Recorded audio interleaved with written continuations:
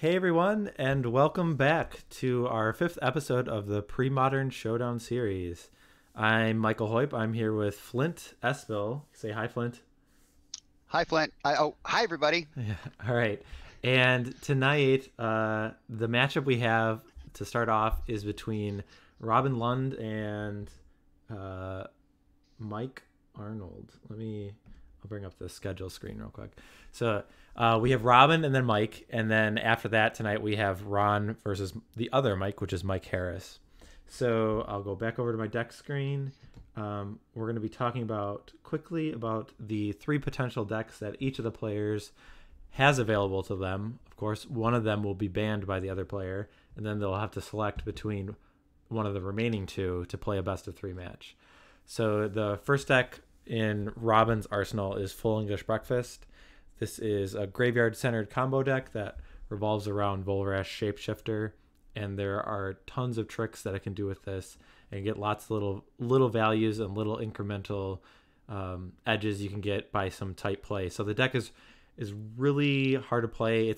It's forgiving and also not forgiving at the same time because it's so powerful, but there are certain spots where you might look back on a game and see lines that you didn't see when you're playing that could have provided you an opportunity to win. So it's, in my opinion, it's a rewarding deck to play because I like those kind of challenges.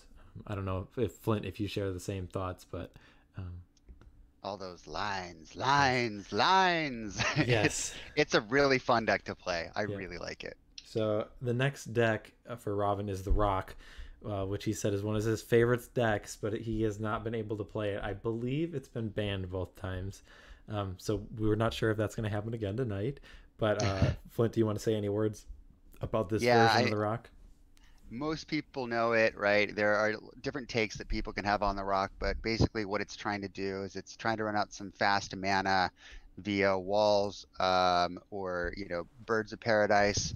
I think Robin's version has Wall of Roots and Birds of Paradise, and then disrupt the hand via discard spells like Duress and Cabal Therapy. And then once the game's in a pretty good spot, start to drop really nice value creatures like Ravenous Baloth, even Krosan Tusker out of the graveyard with Recurring Nightmare, Deranged Hermit. And if things go awry, he's got Pernicious Deed to take care of the board. It just has answers to a lot of things and can grind out matches really, really well. In the chat right now, they're mentioning there's also Mishra's Factories, which is a nice addition in terms of being able to grind out matches. And it just has answers for a lot of what the format can throw at you without needing to run blue. So it's a strong deck. It really is. Yeah, and it's kind of one of those decks where it's never just a free win, but you're in every game. There's no matchup you're really unhappy to see with the Rock, so it's just a good solid choice. And it's fun to watch. Yes. The last one that Robin could play is the Zombies deck. So this tribal deck can power out some zombies with Dark Ritual, but then it just is a bunch of, well, it's a lot of tutus, but it has Lord of the Undead, which can make them bigger. But that has some synergies with Gem Palm Polluter, which can cycle to deal some damage. Same with um, the Shepherd of Rot.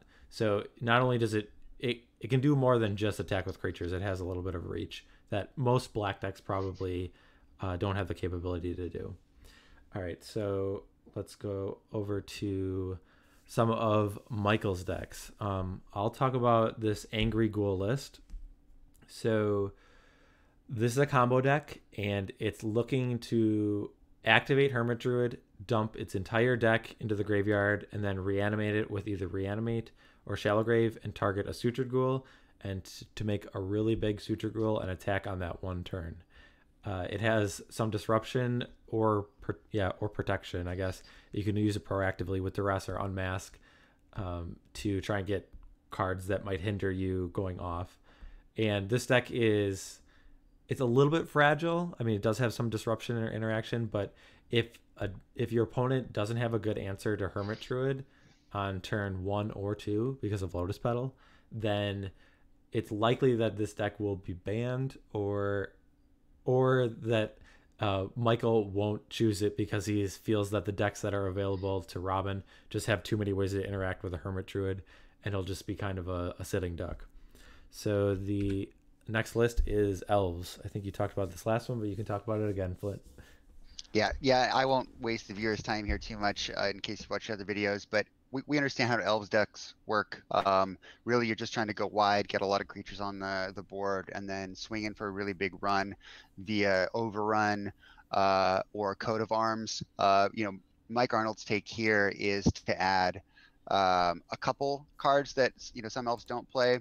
So, for example, I believe he runs Natural Order, right? So he can sack a creature and then go get something like a Deranged Hermit to get more bodies on the board. And then, of course, he has Tangle Wire, which has been more of a staple in some of the Elves decks we've seen in the top 8 more recently to sort of lock the opponent out as you continue to develop your board and have more and more creatures to tap. It can kill really fast. It can grind a little bit too. It's a little soft to cards like Engineered Plague, which Robin does have in one of his lists, but I'm sure we'll talk about that in a minute. Yeah, I've been really impressed with the Tangle Wire. It's one of those cards where you wouldn't think it would be necessarily good against the aggressive decks, but a lot of the times it buys the elves deck enough time, and you're also still able to develop your board a little bit because you're likely to have played a bunch of creatures. So it really works in the game plan for the elves. It either disrupts the opponent or just slows the game down to allow you to cast those bigger spells, the Deranged Hermits or Coat of Arms or Overruns. So I've been liking the Tangle Wire in these lists a lot. Me too. And then the last list for Michael is Landstill. So this classic blue-white control deck. He is more counter spell heavy than most lists. He has 4 counter spells and the full 4 absorb, which I've seen some Landstill decks cut completely. And then he has 3 mana leaks. And then the other notable difference is he has 3 Cunning Wish main and has an access to some sideboard cards that he can get in game 1. So he kind of has that wish board, a little bit of flexibility in terms of that. And otherwise, it's just a pretty classic blue-white control deck. All right, let's jump over to the ban screen. And Flint and I are going to make some predictions about what we would do if we were in the position of Robin and Michael, of how we would ban and why. Okay, so Flint, if you're Robin, what do you want to ban of Michael's? Yeah, this is tough. I thought about this a little bit, and I think that I would probably ban the Angry Hermit list. And my reason for doing that is because if you look at Robin's decks, he doesn't have a lot of spot removal available to him. So the Zombies deck doesn't play any. The Rock runs it, but it's non-black creatures, so he can't target a Sutured Ghoul. And it doesn't look like he's running Diabolic Edict either, so he has no instant speed interaction for a Ghoul. And if you look at Full English Breakfast, certainly it has interactions in terms of the creatures you can put in play, but that's not always going to work at instant speed either. And so I think he's very scared about a Ghoul hitting the board. And because Mike Arnold runs Shallow Grave, he can do little things like Shallow Graving at the end of Robin's turn and activating the Druid, or he can do it during the end step and be able to activate the Druid during his next turn if Robin taps out. And so I just think the threat of losing in the first couple turns of the game is really high if he doesn't ban Angry Hermit.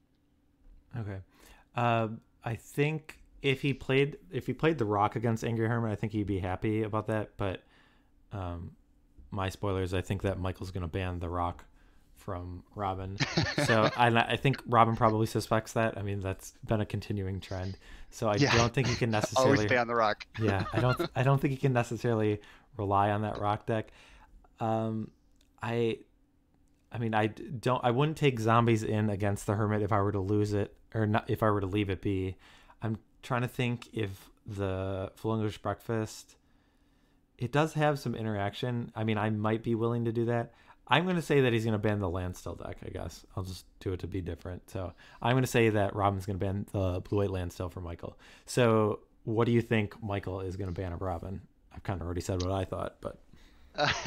Yeah, I do think that he's probably going to ban the Rock as well. I mean, it just interacts on too many levels with most of his decks, and it does interact a little bit with Hermit Druid post board with the Tormod's Crypts. Michael certainly has a sideboard that prepares him for that, but I really do think that the Rock is probably the ban here. It's just too solid, it's too good, and so I think he bans the Rock, and then he's got to decide if he's going to, what deck he's going to play of the remaining 2. But if Hermit Druid gets banned, I think he probably wants to play Landstill.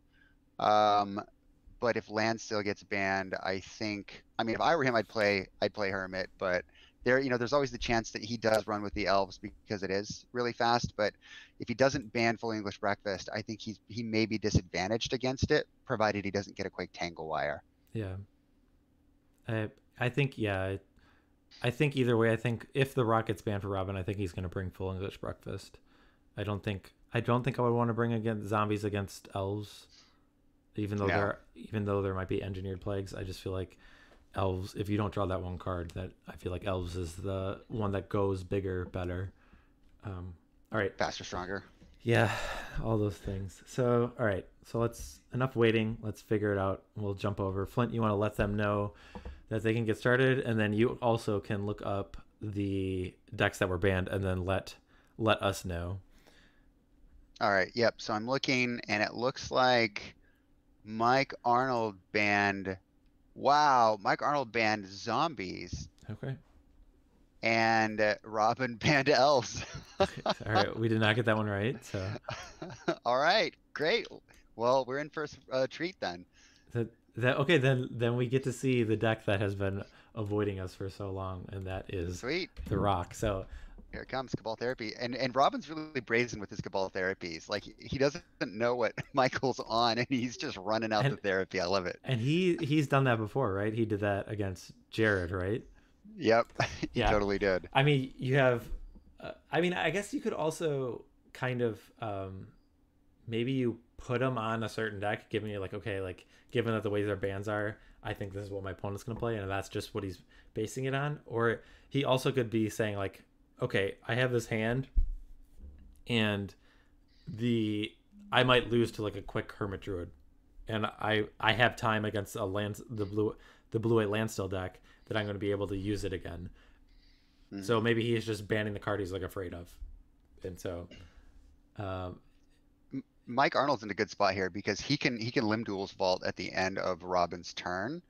And he's got 2 more lands in his hand, so sometimes mana can be an issue with Hermit Druid, but it looks like he's pretty well set through turn 3 at least. So Robin's going to have to think carefully about not leaving himself open to just losing, at instant speed to a Ghoul. Yeah. So Robin plays a Wall of Blossoms. I'm going to update the stream with the deck names, so that'll take me a minute. Okay. Sounds good. All right. And I'll check life totals here. I know I've got to do that, but it looks like you got it so far. Okay. Thanks for tuning in, everybody.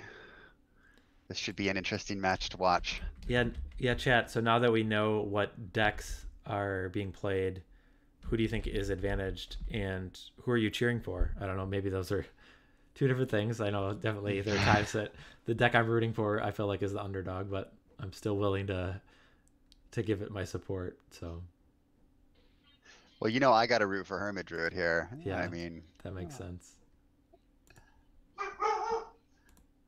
Is it what's early trying to root for then? I think early's rooting for the Rock. All right, it's hurting my feelings. All right, we got 1 vote for Hermit Druid. It's official. Yep.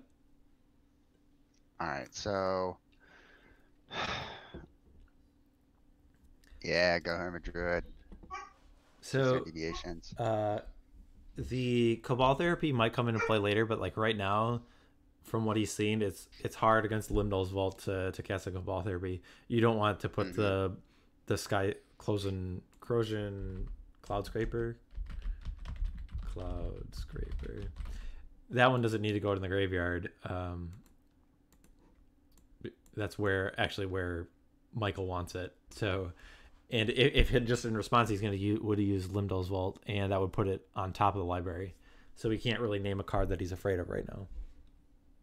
Yeah, I mean, I don't think he should cast it right now. If he does, obviously he's going to have to name something like either Hermit Druid or Reanimate, maybe. Yeah. But then you're basically just doing it for 1 card, so. Yeah, and you could just completely miss. So 2 standard deviations. I would say Hermit Druid is usually favored in game 1. I think if you look at the stats, it does win most of its game 1s. It's kind of like Dredge. But after board, it gets tough. I mean, If people know how to play against it. in terms of game one decks, I think the Rock is really well suited against this deck. Like it has more interaction pieces than most decks. It has the hand disruption and a little bit of removal Oh, I agree. and pernicious deed. Even if it comes down later, activating it for 2 can destroy the dragon breath and not give the creature haste. And sometimes that can slow it down enough that the Hermit Druid deck like might deck itself.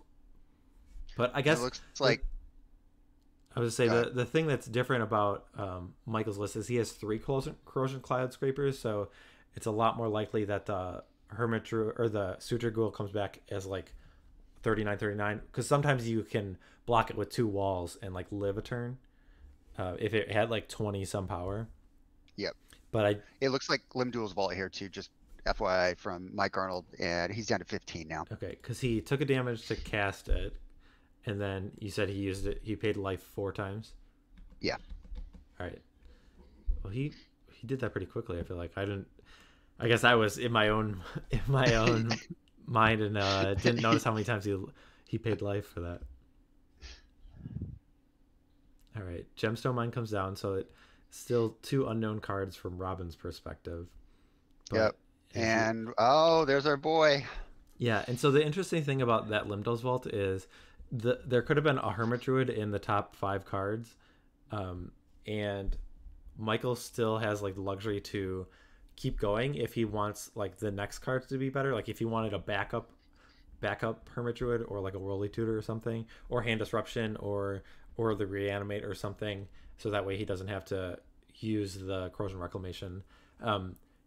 Because Robin doesn't really pressure Michael's life that much, so it didn't seem like if that was his plan that he had to go that far because he only used it 4 times. But you can pretty much almost go through your entire deck against the Rock.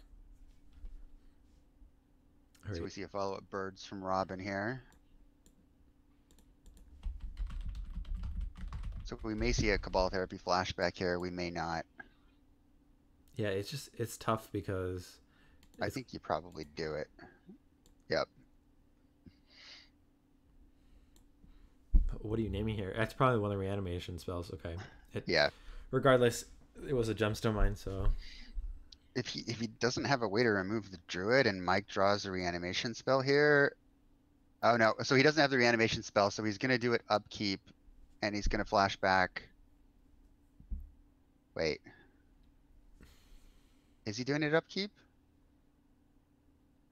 Why is he doing it upkeep? He doesn't have mana to flashback Corrosion Reclamation. I think he just messed up. Oh no.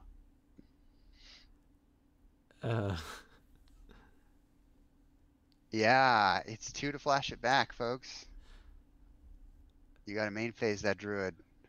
Yeah, I think he just thought he had 3 land in play. Oh. All right. Oops. Well, We've all been there. So I guess he just messaged the group and said, "Oops." Yeah. So I guess what he was intending to do, if he had 3 lands in play, he would activate it during its upkeep. Well, even then, he would need 4 if he wanted to do it all in one turn. So he needed either 4 mana or to do it, wait a whole nother turn. Because what he could do is mill his entire deck, and then on the upkeep of the next turn, because he would have 3 lands in play, he'd use 2 mana to flashback Corrosion Reclamation and put back a Reanimate, and then use that 3rd mana on that next turn to reanimate. Okay, so. Well, I mean, if he had just waited for his main phase to do it, right? Well, I'm assuming that there wasn't a reanimation spell on the top of the library. Was it? Was the first card flipped? I don't think so. I mean, it was flipped. I didn't see what it was, but if he doesn't have it, then chat, what he needs to do is he needs to just wait, right? So he waits, he plays his land, and then if he doesn't have the animation, then he can do it on Robin's end step, basically. And then he's got his 3 mana in play. You can use 2 for the Reclamation to flash back the Reanimate, draws the Reanimate, and wins the game. Okay, I have the sideboard up for the Rock deck. What cards look good? Torment's Crypt looks good. You also can bring in Engineered Plague and name Druid, maybe Human. I don't, but if Engineered Plague is in with the Hermit Druid, it has a lot more trouble winning. Hmm. So I would definitely Yeah, yeah. bring in Engineered Plague. Um, you could make an argument for Chainer's Edict, but I don't know. I like, what do I like here? I definitely like the Tormod's Crypt, Yep. and I definitely like the Engineered Plague. I do think it's worth it to play it on Druid. If that resolves, it makes Mike Arnold's position pretty tough. So I've definitely boarded in those. I don't know about the others though. What cards would you be taking out? I think the Deranged Hermit's a little too slow. You might be able to cut at least one of the Recurring Nightmares, maybe both, because this typically isn't a match where like grinding the creature value does anything. It's usually you just need to fight on a different axis and like, I mean, I guess gaining some life, like looping Ravenous Bailoffs with Recurring Nightmare might do something, but you're usually going to hit in a big enough chunk that it's probably not going to make a difference.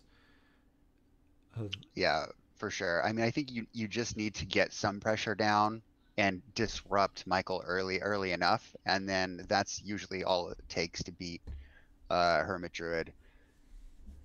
All right, I have the sideboard up, or the whole deck for Anger Ghoul. Is this a similar sideboard to what you played, or is this different? Because you had a Living Wish, so I did. you had a very And different. I've talked a lot with Jared and Michael since then, and I since altered mine, and so Crumble was something that had come up for me, and Steely Resolve was a recommendation that I had. It beats Sly and Landstill because they can't swords it or burn out your Druid. So Steely Resolve is really good against that. It's less of an issue against Robin because he's not really aiming to beat Michael with targeted removal, but certainly. For him, I think he needs to think, what is the card that beats me? And honestly, I think if Robin resolves an Engineered Plague, I think Michael just scoops it up because I don't think he has a way to interact with enchantments, does he? Does not look that way. Not in the sideboard, because Crumble I only don't hits artifacts, I and in don't the see one in the main main, deck. I don't see anything either. So I run one Ray of Revelation in my sideboard, but again, you don't always get it because if you can't play a Druid, it's still a problem. But at least there's removal. Um, I don't know, what is he afraid of? Is he afraid of? I guess he's afraid of discard. Maybe he does just bring in the Steely Resolves, and so he can run out of Druid and not have to worry about a Vendetta or a Smother. Is there a weird situation where you could like activate or resolve a Limdal's Vault and like set up a weird Shallow Grave combo to like try? I don't. You'd have to hit all the Suture Ghoul and like a number of. I don't even know how you're getting those in the graveyard either. But I don't know. I'm just trying to think of a way of doing it without activating a Hermit Druid. But it definitely seems difficult for Michael if an Engineered Plague is in play. Yeah, he's not running Cabal Therapy either, so he can't. He doesn't have the backdoor reanimation plan that some of these decks have. So, being able to, Cabal Therapy yourself or do things to get creatures in the graveyard to just quickly reanimate them isn't part of the strategy. So, yeah, I mean, I think he probably just brings in the. I don't. Maybe he just brings in Crumble for Tormod's Crypt and hopes to fade Engineered Plague. How many do you bring in? All four Crumble for two and for two I, Torment Scripts? I I think maybe just three. Okay. Yeah, it's an interesting thing when the deck lists are public that you know, because I mean, if you people will play up to four Torment Scripts, and I think in the dark you probably bring on all four, especially if you like win game one. You might just feel like, oh, I'm advantaged. I might as well try and hate out the card that's hating me. But given that Yeah, you know the deck list, you can make a little bit of a different decision. and the other consideration here too, Mike, is he has Limdul's Vault, right? So he's got a way to tutor for a Crumble if he needs it, Yeah, which the other versions of the deck don't necessarily have, which is nice. yeah. I'm gonna jump back over to Robin's deck to see if there is, because it's there. We can see there's definitely cards that I think he wants to bring in, but it's kind of like what are the how many and what cards do you take out. But I think it's a little bit more difficult for Robin to sideboard in this matchup because the players are still shuffling. So we're gonna keep this Okay. up here, until, I mean, they can start when they're ready, but it looks like Robin's still shuffling, so we might as well keep this on screen for people to look at. It's probably better than looking at. Mm. I mean, maybe our faces are better to look Our at. ugly mugs. Yeah, I don't know. So I do like two engineered plagues, and I do like two Tormod's Crypt for Robin for sure. I Man, if he just oh man, if he resolves an engineered plague, that's just brutal. but even like bringing the extra dresses, I think is fine because it's the uh, the sequence where if Michael is holding one of the reanimation spells, or you might be able to get a Limdal's Vault before he can cast it or something. Hmm. There, it makes it a little bit more awkward for to Michael to combo off if he has to use the corrosion reclamation. So Yeah, I think you definitely can make an argument for duress as well. So that's 6 cards. So what you bring out like one, you shave one recurring nightmare, one Baloth, one Blastoderm, take out the Hermit. yeah, definitely take out the Hermit. I Um, think I would take out the Tusker before I take out like Blastoderm, but maybe not. And what's the card above Corrosion Tusker? I can't see it. um, Let me look at your list. It looks like it's a Smother, Oh, okay. Well, that one stays which in. is, yeah, that stays in. Yeah, I mean, I think he only really needs to play one creature, relatively soon after disrupting, and then put some pressure on to win. Um, it also takes reanimate out of the picture as well if he can get some damage in on Michael, because then he has to shallow grave, and that's more mana intensive. So it makes it harder Yeah. for Michael Arnold to go off. It looks like they're ready. Do you want to let them know they can start?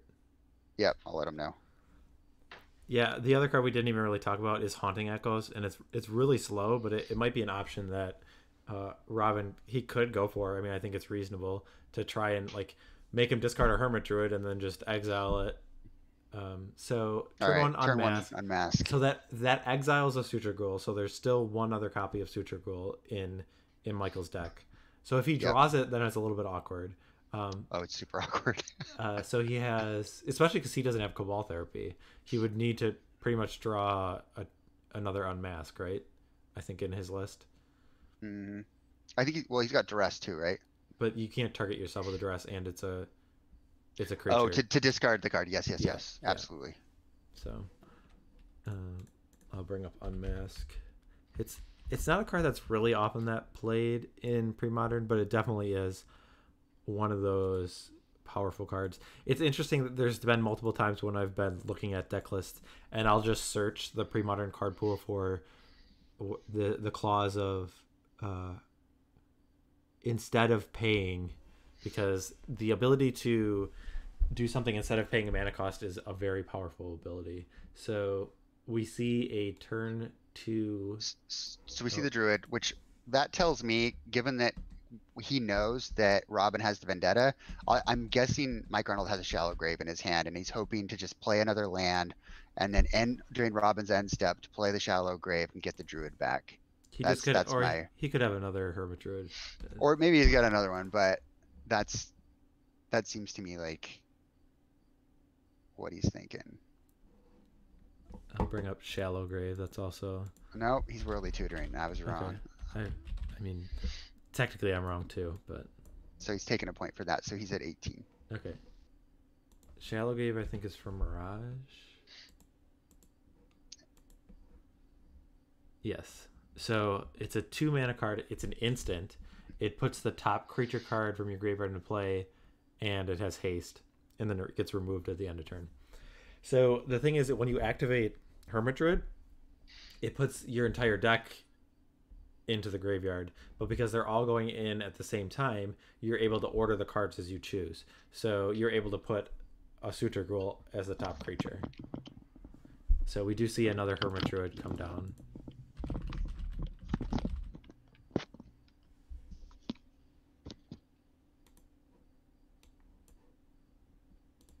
I wonder when they were designing this card if they're like the Hermit Druid, if they're like, I feel like some bad things could happen with this, but we'll just do it anyways.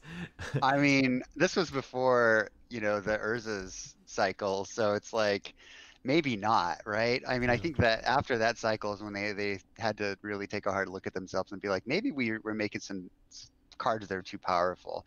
Well, I guess I mean it probably wasn't until like the danger. I mean, until like corrosion reclamation was printed. Because if you have Gaia's Blessing, then it doesn't really do anything. Like I'm trying to think like there. I think the first card that allow you to like flashback and shuffle cards back would have been Judgment, and that would have been a long Yeah. time from Stronghold. So I Oh, yeah. guess without that ability, I mean, this deck in theory could exist, but there's just so many times like you can't. It's way less powerful because you're not able to. You don't have that luxury of shuffling cards back. You have to Agreed. have the reanimation spell in your hand. So I guess in that current environment, it probably is a lot less dangerous because they're like, well, it's either going to be not super consistent Ooh, ooh. or So we got an activation of deed, and in response, Hermit Druid trigger. okay. So We might be able to see what he brought in too. If he brought in anything, there's a bit of a glare. that He was brought a in Crumble. one.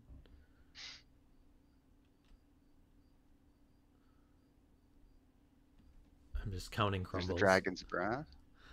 Have you seen two? I haven't. I didn't see the starting of the flipping, but I've only seen one so far. There's a second. There's two. There's a Three. third. Okay, so it looks So like three three. crumbles. Yeah.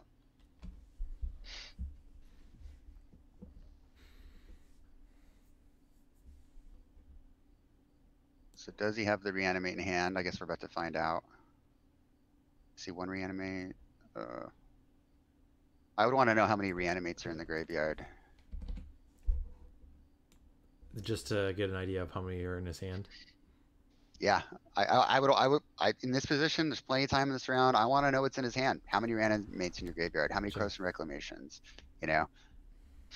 Yeah, it's almost the point where like you might just want to say, since deck lists are public, like tell me what's in your hand. But I mean, Yeah, just there's stay with the time. there's still a variable of sideboarding, so you can't Okay. you can't really just do that. Maybe in game one, I guess you could say that.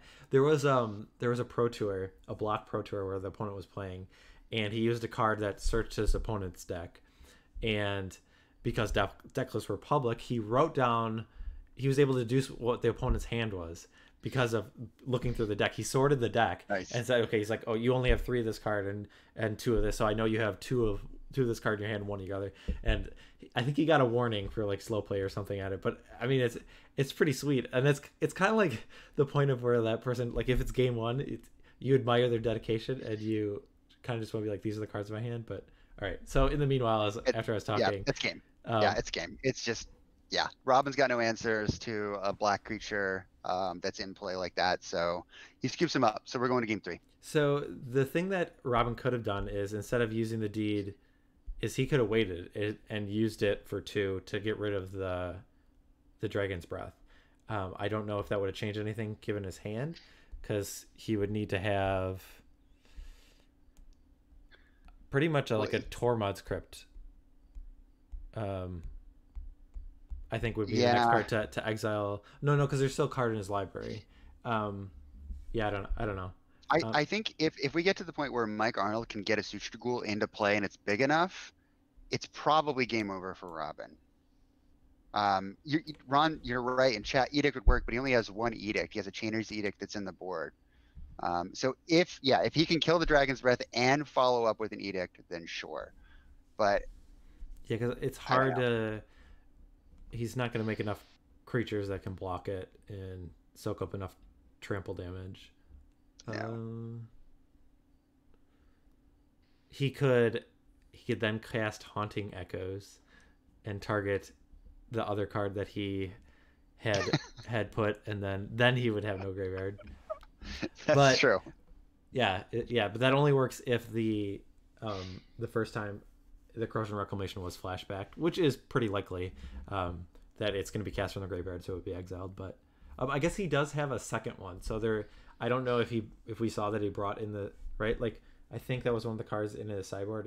He did have a second Corrosion Reclamation. So yeah, you should always run a second one in your board. Yeah, I like that card. It just obviously it's not a good card to draw, but it feels so cool, like when you're able to mill it and just like have it at your disposal. Absolutely. But Yeah, it's a really cool card concept. yeah, it's kind of like Gaia's Blessing, but limited in terms of obviously you can only use it twice. But It's worth noting too that Mike Arnold is on the draw this time, right? So with Robin on the play, it definitely helps him go the distance in terms of disruption. yeah, but um, I guess Cabal Therapy still hits Hermit Druid or whatnot. But a lot of the cards it is almost it's kind of hard to like because if you name the wrong card, if you don't name Worldly Tutor or Limdo's Vault, then you can put the Hermit Druid on top, and once it's in play, there are just less spells in Robin's deck that I guess he has a couple Vendettas, a Smother, and then maybe a Chainer's Edict if he's bringing that in. So it's just not super easy because like the duresses are a little awkward, I guess. I mean, obviously they're still good, but Hmm. okay. So do you think one deck is advantaged given that Robin's on the play? Do you think the Rock is advantaged in this last game? I think it's going to come down to variance here. I mean, I think if Robin draws, the right cards like a Duress, a Cabal Therapy, I mean, he could just have birds. and He could just have birds in Engineered Plague.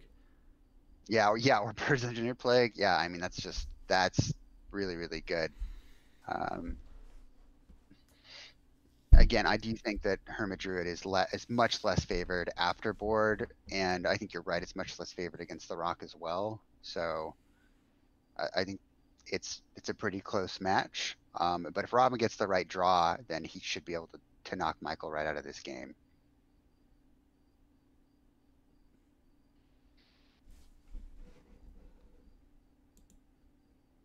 I've got some sweet, angry Ghoul or Angry Hermit or whatever we're calling it, tech that I want to try out in one of the upcoming monthlies. You and I should talk about it later. Okay.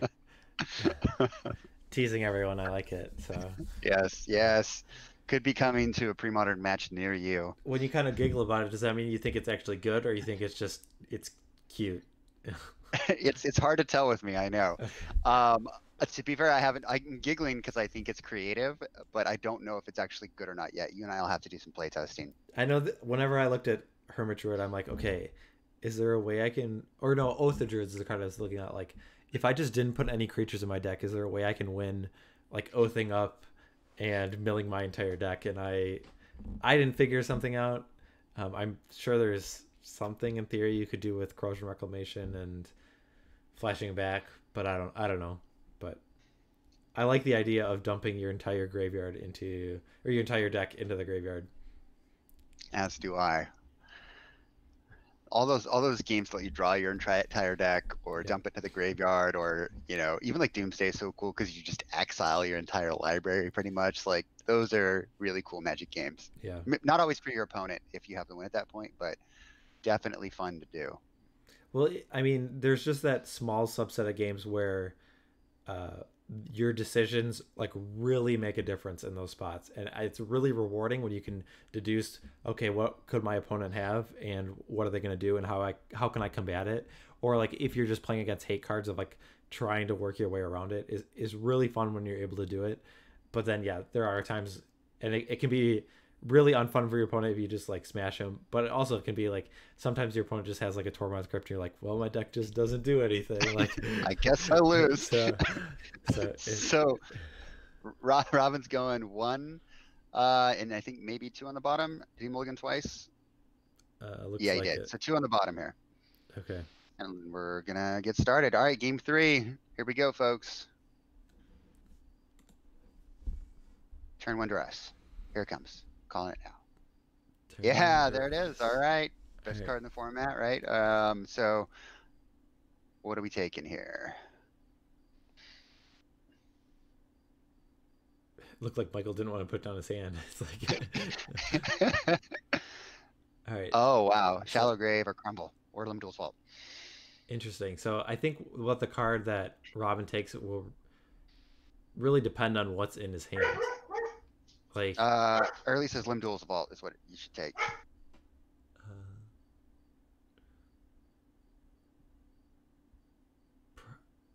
Oh, okay, so a crumble was taken. And there's the crypt. Okay, I mean, that makes sense. Like I said, like depending on what was in Robin's hand, I think he might take something else. So, like if you don't have a crypt, then I think then you probably take Limbo's Vault. But I don't know. You kind of already have. He already has what he needs. Let me bring up my card fetcher. So in theory, Mike Arnold can Limdo's Vault into getting a crumble, right? So he's still okay. Yeah. But I think he's got to wait, and what he drew will matter as well. But he wants to be able to. Wow, he just played the druid. Did he draw a crumble? That seems pretty bold to me. Why you just think it's like in play? It's just vulnerable, or what? Or are you saying you would have cast Limdo's Vault first? What? I might have cast Limdo's Vault. Well, I don't see what's wrong with like playing the Hermit Druid. I mean, I guess like Deed is the card you're afraid of, but I mean like that blows up the Torment Script too. But like it being in play is good because then it just won't have Summoning Sickness. Interesting.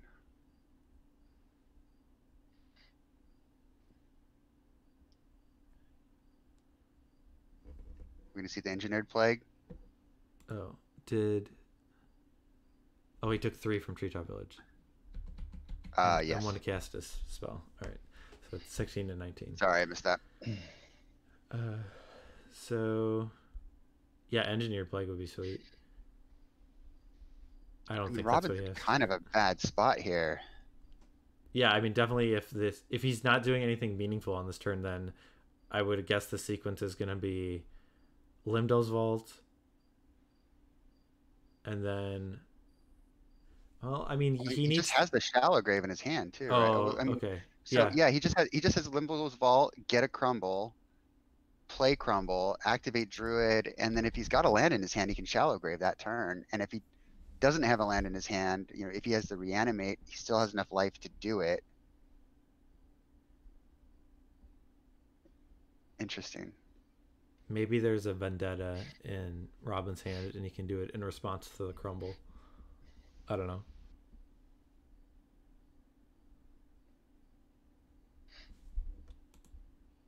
Oh, I have the... Oh, no, I don't have the... So here's the crumble. He's going to use it, but it's pretty inconsequential at this point. All right, so Michael goes to 11 to activate Druid. Yeah. And he's just going for the Shallow Grave, and then he goes to 11, plays the Ghoul, and that's game. That's how the deck works. Yes, the Suture Ghoul got there. It's powerful. Big Frankenstein's monster. That's actually not Frankenstein's monster because that's a different card. But that's very true. I'm gonna have them unmute so they can chat about the game briefly, and then we'll take a break. Okay, I will jump over to that screen. I don't think it's that favorable. I do like basically 20 cards in my deck deal with something, so. Hey, Michael, Robin, can you guys hear me? They might I had baby wake up right here, so I'm gonna grab baby. I'll be on my headset and everything, but okay. I'm just going over. Sounds good. Hey, Robin, can you hear me? No. I think Robin might still have us muted. Yeah, just let him know. But so yeah, Robin, you can unmute him. Mm-hmm. Yeah, just post game stuff with us. So we're looking at the cards. Did I say it on mute? Yeah. Yeah, you can unmute. All right. Robin, do you want to talk about the cards you brought in and brought out?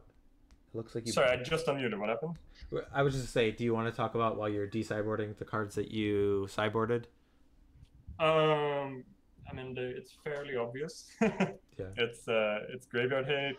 It's Killing Hermit. He has no answer to Engineered Plague as far as I know. Yep. There's just more removal spells. The rest is Haunting Echoes because it does something, and I had some dead cards to bring out. Did you take out those vendettas? No. I'm just stacking. I'm like curious about what I had. Okay. What cards did you take out then? I guess I took out Recurrent Nightmares and Wall of Blossoms. Wall of Blossoms. And Crowstone Tusker and Yavimaya Elder. Did the Deranged Hermit stay in? Yes. Okay. I need to actually win at some point. I took Oh, out, we could have had a hermit battle. I took out these 8 cards for those 8 cards. I'm just curious, like, so I had some terrible hands there. My multi 6 had both engineer plagues in it, but it had only green mana, and I don't know. You know, he kept a 7. It's gonna be fast when he keeps a 7, so I didn't really want to rely on a turn 3, possibly turn 3 engineer plague. He didn't have any discard spells or anything either, so just kind of did not line up the right way. And Michael, did you take out your duresses for your crumbles? I took out duresses for crumbles, right there. Tell us a little bit about why you decided to take those out. I felt like, so a lot of his disruption against me are like the duresses, like, and the cabal therapies. He's definitely got the removal, but I already have like the shallow graves to be able to get the hermits back. And I have, between worldly tutors and the Limdol's vault, I've got plenty of ways to be able to get him. So, my philosophy is you always have to have about as equal amount of cards to be able to meet the hate, or not more. So I needed at least 3 crumbles against like the Tormod's crypts right there. If not more, I was just like, well, if I'm gonna take 3 at that point, I pretty much got that, and I thought it was pretty much set for everything they would do against the Hermit, because again, that's 12 copies of Hermit with the tutors, plus the shallow graves. So I should have like my bases covered, when it comes to that. Weren't you a little scared of an engineered plague? That is something, and the answer to that is just win on turn 2 or 3. That's probably your best answer to an engineer plague. Okay, fair enough. I'm curious, guys. Why did you decide to ban zombies, Michael and Robin? Why did you decide to ban elves? So I banned zombies because zombies would have it has a good matchup against Hermit. You basically cannot win if they untap with a Withered Wretch, and that happens pretty regularly. And they've got the discard, to go with it. Lot of cards which just make you stumble. And then zombies, has a pretty good matchup, I think, against Landstill, with Rotlung Reanimator and Lord of the Undead, to bring stuff back. Your Wraths, aren't that great right there. So I was like, with 2 bad matchups right there, I want to make sure that I kind of force him, into, a bad matchup. I don't want to walk into one. So that was my reason right there. What about you, Robin?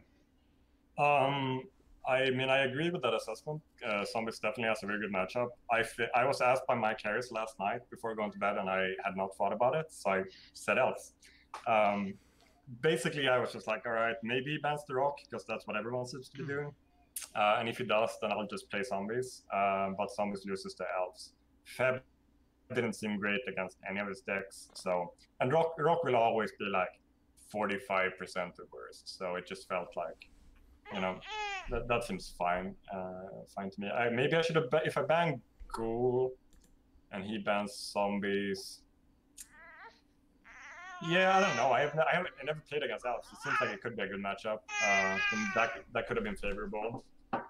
I expected him to ban rock, because I was just like, it was kind of a last minute decision, and in my head I was like, everyone bans rock, so he'll ban rock. Fair enough. Cool. Well, Michael, did you have anything else? I can only imagine what chat said about me like in game 1, and I was just like, oh man. It's just one of those moments like, holy crap, what did I just do? Yeah. As soon as you're going through it. But sometimes that happens. I told Robin, I think my game 1 biff, is, kind of cancels out his Mold of 5, in game 3 right there. So pretty much equal. I was, definitely lucky to win the match after pulling, a punt like that. Fair enough. Well, I think what we're going to do is we'll have you guys step out. Good games. They were fun to watch. So thank you. Congrats, Mike Arnold, Robin. Good luck next week. And Michael, are we going to go to an intermission and then come back in about 5? Yeah, I have some slides about the players that are playing tonight, and then so I'll pull those up. I mean, I don't know if the other players are ready right away, because I guess we can talk about these slides real quick, and then once the other players need to get ready, then we'll run the intermission stuff. So here's a slide about Robin. So these are different than last week. So I don't know if I did change them up. So he started playing in 1995. I feel like a lot of, I don't know, it just seems like everyone that I talked to in like pre-modern and old school, they all started in like 94 or 95. But I guess that just is credit to the game that you have people that started at the very beginning and they are still playing to this day. Is like, how many games can you think where you've been playing them for 25 years? I don't know. It's impressive. Yeah. 95 is when I started as well. So, yeah. Back in the day.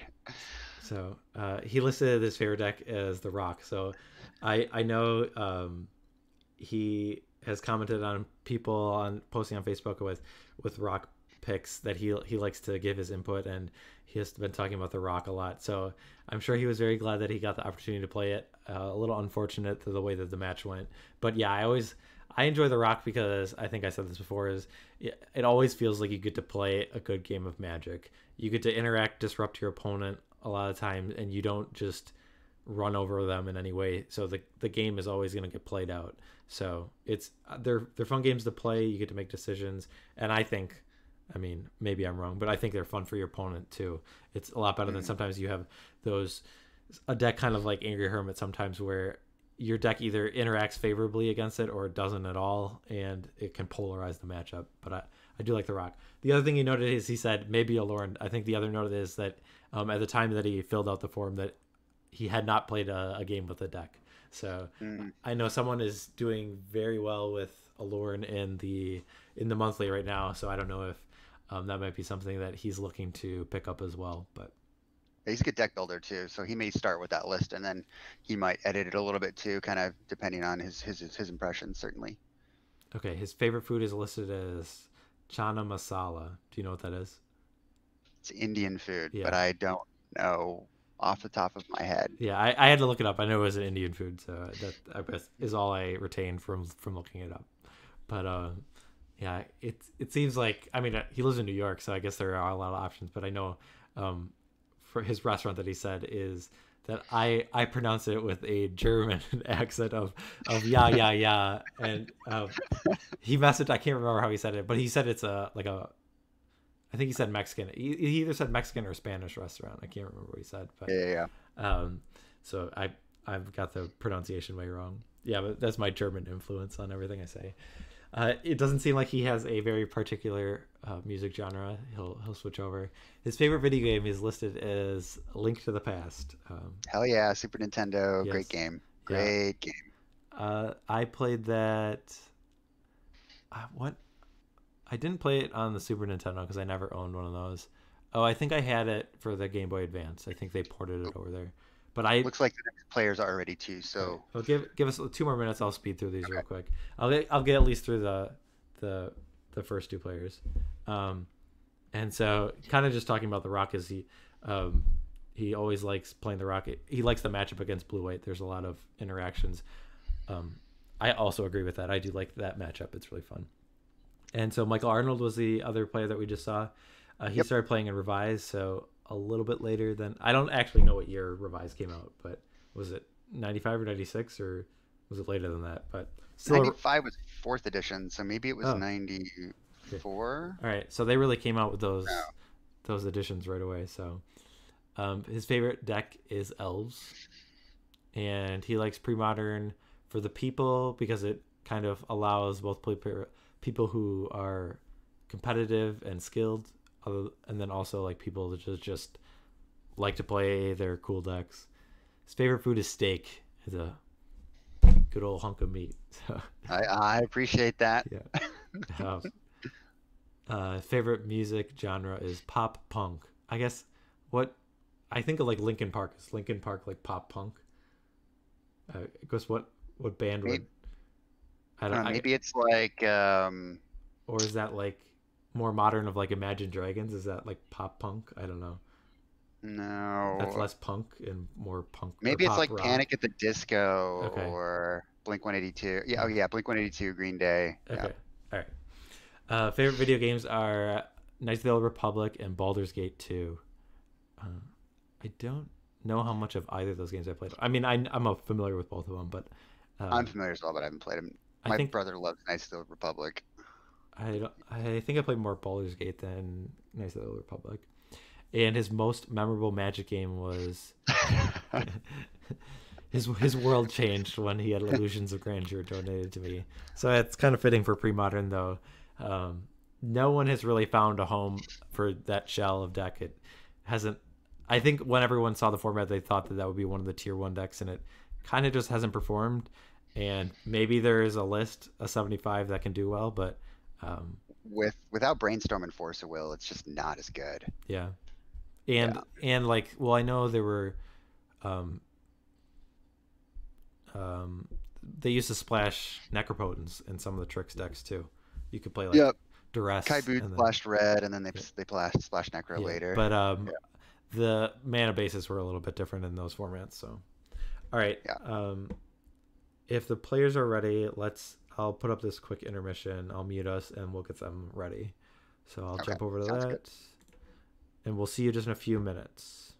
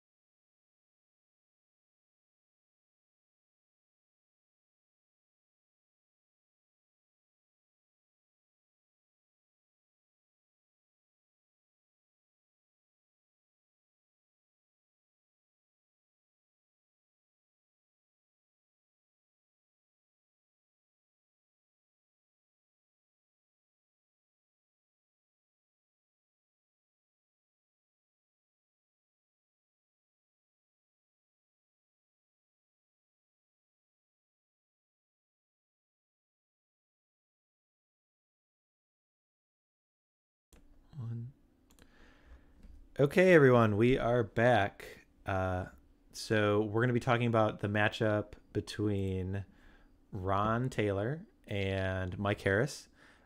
So that's our second match of the night. I'll jump back over to the deck screen. The decks that Ron has available. Flint, you want to talk about Landstill for Ron? Sure. So we talked about it before. Classic blue-white control deck uses plenty of counter spells and then standstill to draw extra cards. Plays man lands in order to pressure the opponent with the land still in play, and also can cycle Decree of Justice, looking to build up mana over time, play lands every turn, and basically just kind of stymie whatever the opponent's game plan might be with a combination of counter spells. Swords to Plowshares, Wrath of Gods, there's Bronze running a Humility as well. It's got a Powder Keg, standard controlled. Yeah, the biggest difference between this and the list that Mike Arnold has is there's Factor Fictions instead of Cunning Wishes, and there's less absorbs.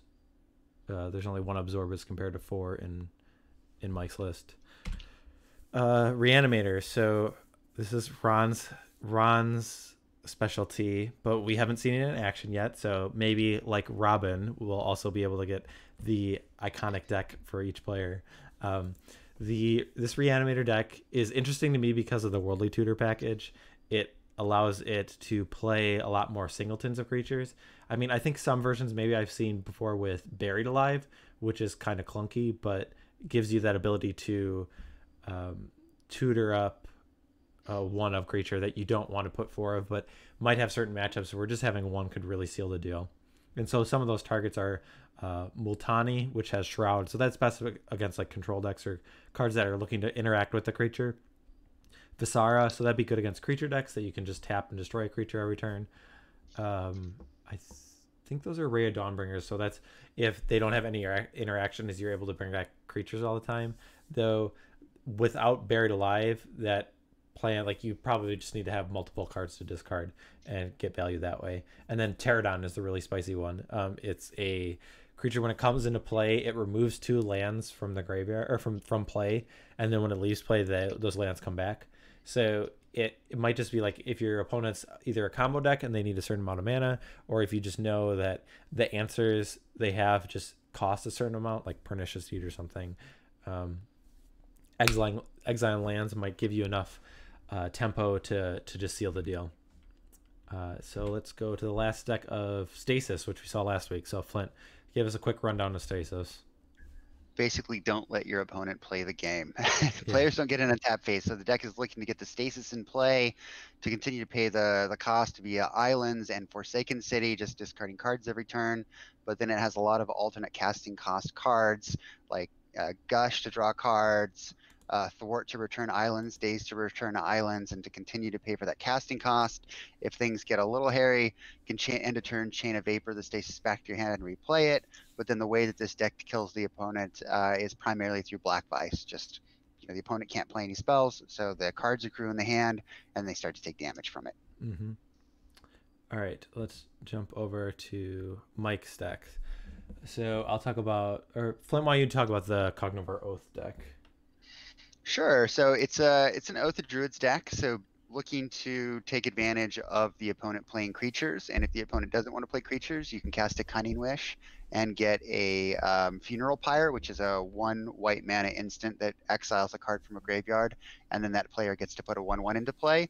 So you give them a 1/1 so you can activate your Oath, and then dump a bunch of the instants. This deck runs a ton of instants into the graveyard before you hit the Cognivore, ideally with a Dragon Breath, which we saw in our first match with the Angry Hermit deck, and then attack with the Cognivore for the win. Other than that, it's got cards in the deck that allow it to get to the point where it can do that. So it has, Cunning Wish to get a wish package out of the board. It has some man lands in order to still have some pressure while you're waiting to set up for an Oath. And then it's got a counterspell package, swords, and some removal. Okay, I think this is one of the fan favorites, and I think it's for a pretty good reason. It is the Jund Zoo Grow deck, and this is something that Mike kind of brewed up himself, and it has a lot of components of some of the Zoo decks we've seen, which in general aren't that popular in Premodern, but I've played a number of variations. I always like attacking with creatures, and the creatures are definitely not that powered in pre-modern, so it's kind of like you're fighting the good fight if you're attacking with creatures, I think. So the cool elements of this deck are, I really like Reckless Charge. So it's a 1-mana sorcery that gives a creature +3/+0 and haste until end of turn, and then it also has flashback for 2 and a red. So if you're combining that with any of your creatures, it can really put a clock on certain decks by giving you the ability to it deals 3 damage with the Reckless Charge, but it also might deal 2 additional damage with the creature that would have had Summoning Sickness otherwise. So it's kind of like a burn spell for 5 almost. That's obviously in a best case scenario when things go right, and it can be disrupted. Like if a removal spell is a little bit awkward, but it has the potential to do that. The other element is the Kyrian Dryad. So that's a 2-mana 1/1. We've seen this card played in pre-modern a little bit, but it's primarily in blue decks. This is a deck where it has a bunch of colored spells. There aren't too many green spells. The other green spells are Rancor, and the rest are red and black. So the Korean Dryad has the potential to grow pretty quickly. The only issue sometimes is like if it draws a Korean Dryad later in the game, you probably spent most of your cards anyways. But it's worth a risk, I guess, you're willing to take. And then the other element is Winter Orb, and that's one of the cards that's just a disruptive element to a lot of the more powerful decks that are hungry mana decks. Ooh, I'd like to thank Jamila. That is our first subscriber to the channel, so we'd like to thank you for your Twitch Prime subscription and welcome. Yeah, Jamila. So we got our affiliate status, I think, and I got it activated, so I'd like to thank you for your support. The last deck for Mike. Talk about the Bant Stifle Knot deck. Flint. Yep. So if you've been following along on the Premodern Online Monthly, it's kind of been the month of Stifle Knot. A lot of people have been running it, and the white blue-green version is a little older version that certainly Mike Harris has played a lot of, and other Stifle Knot players have played as well. It's kind of a cool combination here of the quick combo with the Dreadnought, but also playing cards like Nimble Mongoose and Werebear, getting to threshold quickly and being able to pressure the opponent even if for some reason you can't get your combo off, or while you wait to get your combo off. It's got the standard Meddling Mage to foil their game plan and their own disruption. And because the deck runs so low to the ground, it can run cards like Winter Orb to make it harder for your opponents to execute their game plan as well. Yeah. And in the meanwhile, I guess I didn't listen to anything you said. I was just looking. We also had another subscription. Robin, thanks for subscribing. So I guess Robin. I know as a viewer of Twitch channels, I like to see the notification whenever it comes up. So if you guys do want to see it, I think on every screen except for the main one that we do, I have the alerts going on. So if you do want to subscribe or donate bits or whatever, I think these are the screens to do it. So if you do it when we're doing actual commentary, it won't show up. But again, appreciate all the support from everyone. We're really enjoying doing this, and having people be able to support it in any way is just, it's cool that we have this community, and we're looking to grow it. And I don't know, I just have a big smile on my face. So he does. All I right. can vouch for it. So let's go over to the bans for here. I'm not exactly sure what I would want to do. So if I'm Ron,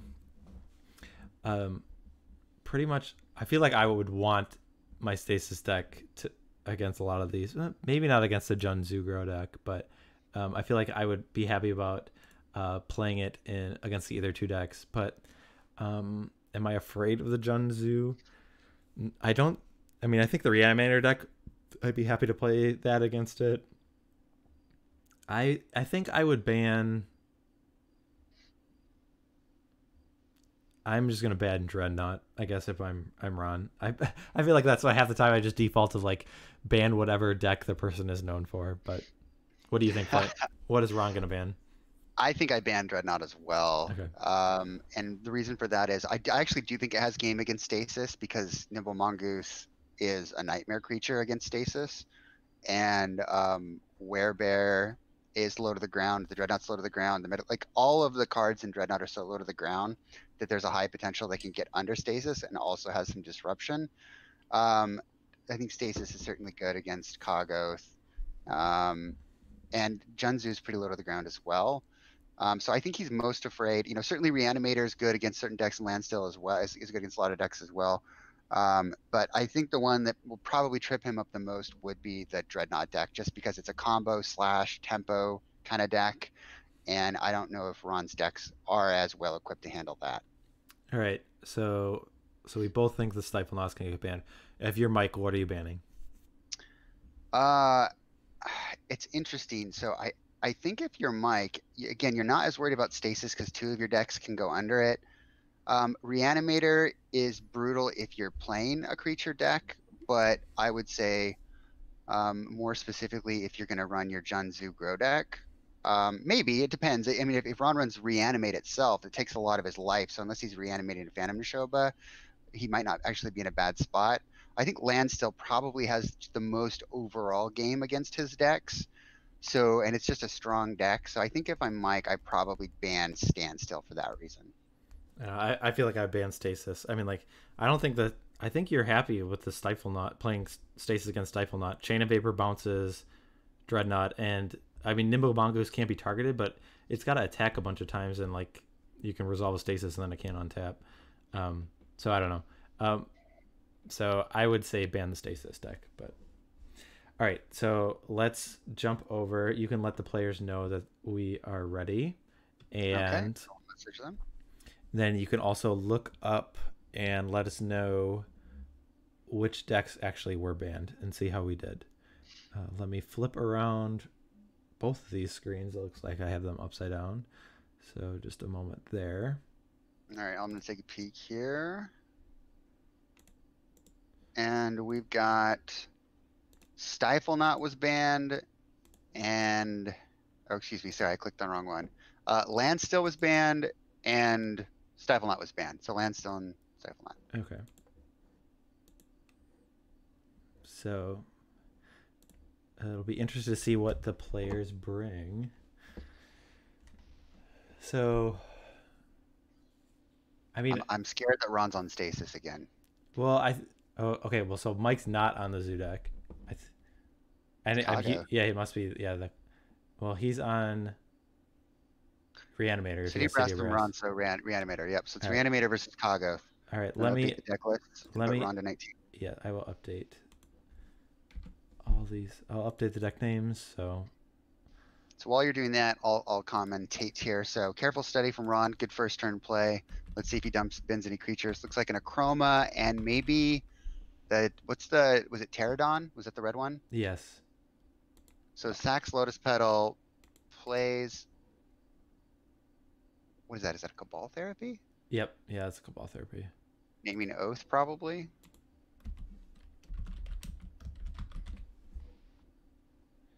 Probably Oath, but you could name Swords of Plowshares.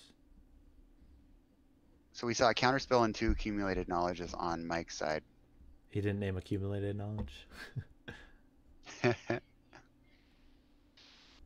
So Robin's a little surprised that he chose Kaggoth. Yeah, I feel like Kaggoth wouldn't be as good against Stasis as well. That's what I thought. Like, but I think he might be thinking Ron would be afraid to play Stasis into the Junzu deck. So it's kind of like a game of chicken that you think that they're going to bring this deck and you're afraid to bring it against the other, and might be just a leveling thing. So I don't know. So we see Reanimate from Ron, and Mike doesn't have double blue for the counterspell, but if that other spell in his hand is a Swords, this could be pretty good for Mike. Otherwise, if that Pterodon comes into play, it's rough. Mike doesn't have. I don't even think he has the full 4 Swords of Plowshares. So I think he says 2. So he's going to accumulate knowledge. So that means it's going to resolve. So what do you bring in Pterodon here and just take the lands? Yeah. All right. Let me bring this one up so everyone knows. Hopefully I spelled this right. I think this one's from Torment. This was there was a cycle of creatures that Petrodon. What's it? I don't know. Petrodon. not pterodon. Whoops. All Ron right, is there we just go. tired of being the villain. Perhaps. Felder Griffey, perhaps. I mean, I feel like Reanimator is pretty close to being the villain. I don't know. So he took, how much did he take for that Reanimate? He took 8. Is he at 11? Yeah, Ron's at 10. Oh, yeah, 10. He took a damage to cast the Reanimate too. So, yeah, like this is a spot to be kind of awkward if, I mean, he'd probably have an Acroma in play against the Junzu deck, but like, it's interesting because the decks, I don't know if Stasis or, I mean, maybe Reanimator is really good against the Zoo deck, but. So Ron goes to 9 to pump the Petrodon once. Oh, that is an ability that I forgot about. Interesting. So, I mean, it doesn't change the clock. Like 666 doesn't change, but. Is that the clock of the beast? Yeah. But, and he has seen a Mistress Factory, so, I mean, that's really just a way for Mike to block and then gain a little bit of time, but looks like he's pumping again. Yeah.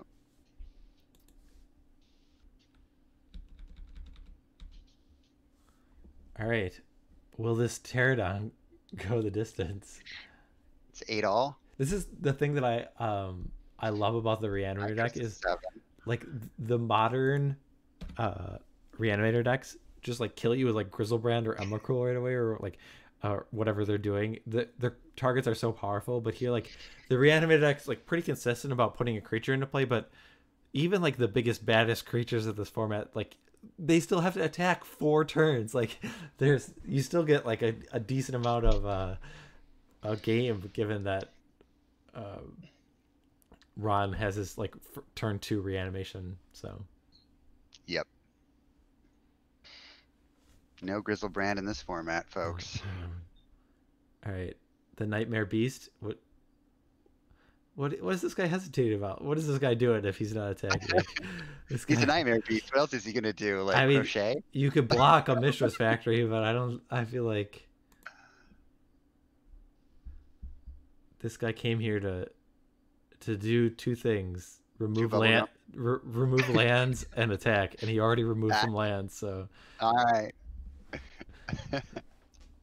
So the Mistress Factory is activated. I don't think Ron can do anything. I don't think he has any cards that like interact or to remove that right now. So I don't think so. All right. This factory is pumping itself, or is he just adding mana? Tapping for mana. Okay, I guess that makes more sense. I'm like, there's no way to deal 3 damage. If he taps the city, he's gonna go to 6, which leaves him dead on board the next turn. Well, I guess there's no opportunity cost to adding the mana, so all right. Accumulating knowledge. Latinam's Legacy. Okay, put that Cognivore back. All right, Latinam's Legacy. I'll bring that one up because, not the most played card. I wonder which art it'll bring up, given that there's 2 arts. Factory has Summoning Sickness. Oh well. That's a good point. Okay. We missed that.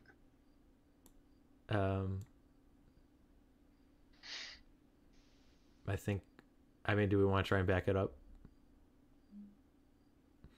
We'll see. We'll see if we can figure it out. So, okay. So what the Latinam's Legacy does, basically the reason this card is in the deck is because the deck has the ability to draw a bunch of cards and have the game go pretty long. It's not unlikely for a Cognivore to get in your hand. And with that guy to cost 8 mana, you don't really want to draw that guy. So this is a good way to put that card back. So to resolve it, should we have him put the card back in his hand, or what should we do? Well, the problem is we have technically no way of verifying what the card was. So I'm trying to think, like, how would a judge rule this in a normal setting? I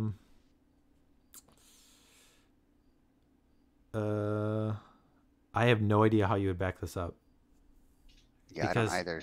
I mean, like, as long as like Ron's okay with like Mike just saying like this is the card that, because I mean it's like Yeah, I don't know. I don't actually know what the best way to proceed Okay. this would be, given the situation. I'm not familiar with this ruling. So this may not be an official judge ruling, but we're all friends in this group here, so I just messaged them and said, hey, if Ron's cool with you telling him what the card was and putting it back in your hand, let's just do that. And it looks like they're okay with it, so that's what they're gonna do. Good catch, chat, by the way. I totally missed that.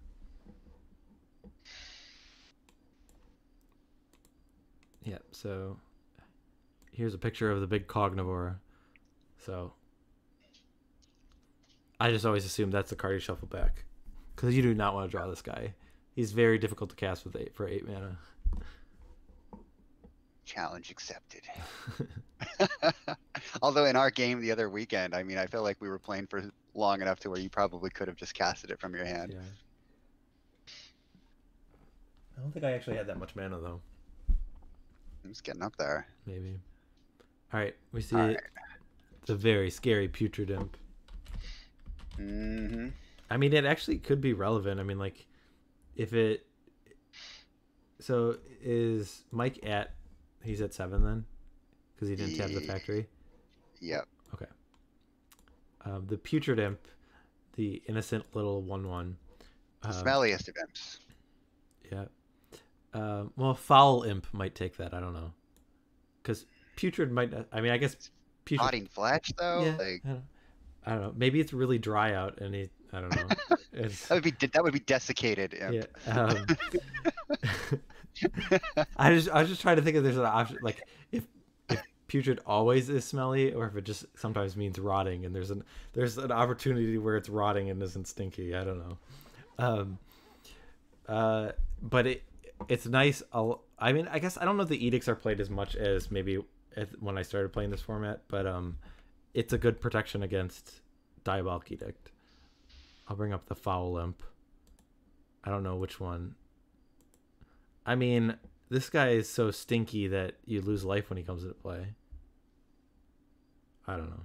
He actually doesn't look that stinky, this one. This Foul Imp. Maybe the 7th. Meanwhile, Mike Harris has shuffled a card back into his deck. This guy doesn't even look that stinky either, the 7th edition one. I don't know. Looks like a frog with wings. A toad with wings. Alright. Maybe I should pay attention to the match. We're fine. We're at 7 and 6. Mike Harris is at 6. Ron's at 7. All right, I missed the damage Ron's for each of those. Turn. Yeah. So Mike is at 6, because that is... Mike's at 6 now. Yeah, he tapped the Yavimaya Coast for blue to play Latin M's Legacy. Okay. All right. So was probably looking for a Swords of Plowshares.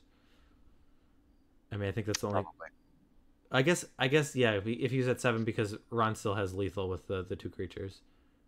All right, what? So Ron is sacrificing him to flashback Cabal Therapy. What are you naming? What are you afraid of here? I mean, I would not name Swords of Plowshares, because... I mean, maybe in that spot, like, if it resolves, then maybe I would name Swords of Plowshares, because I think that's the only card that does anything from that spot. But, in general, you would typically respond to a Cabal Therapy with a Swords of Plowshares, but okay. Yeah. So all right, let's go to sideboard.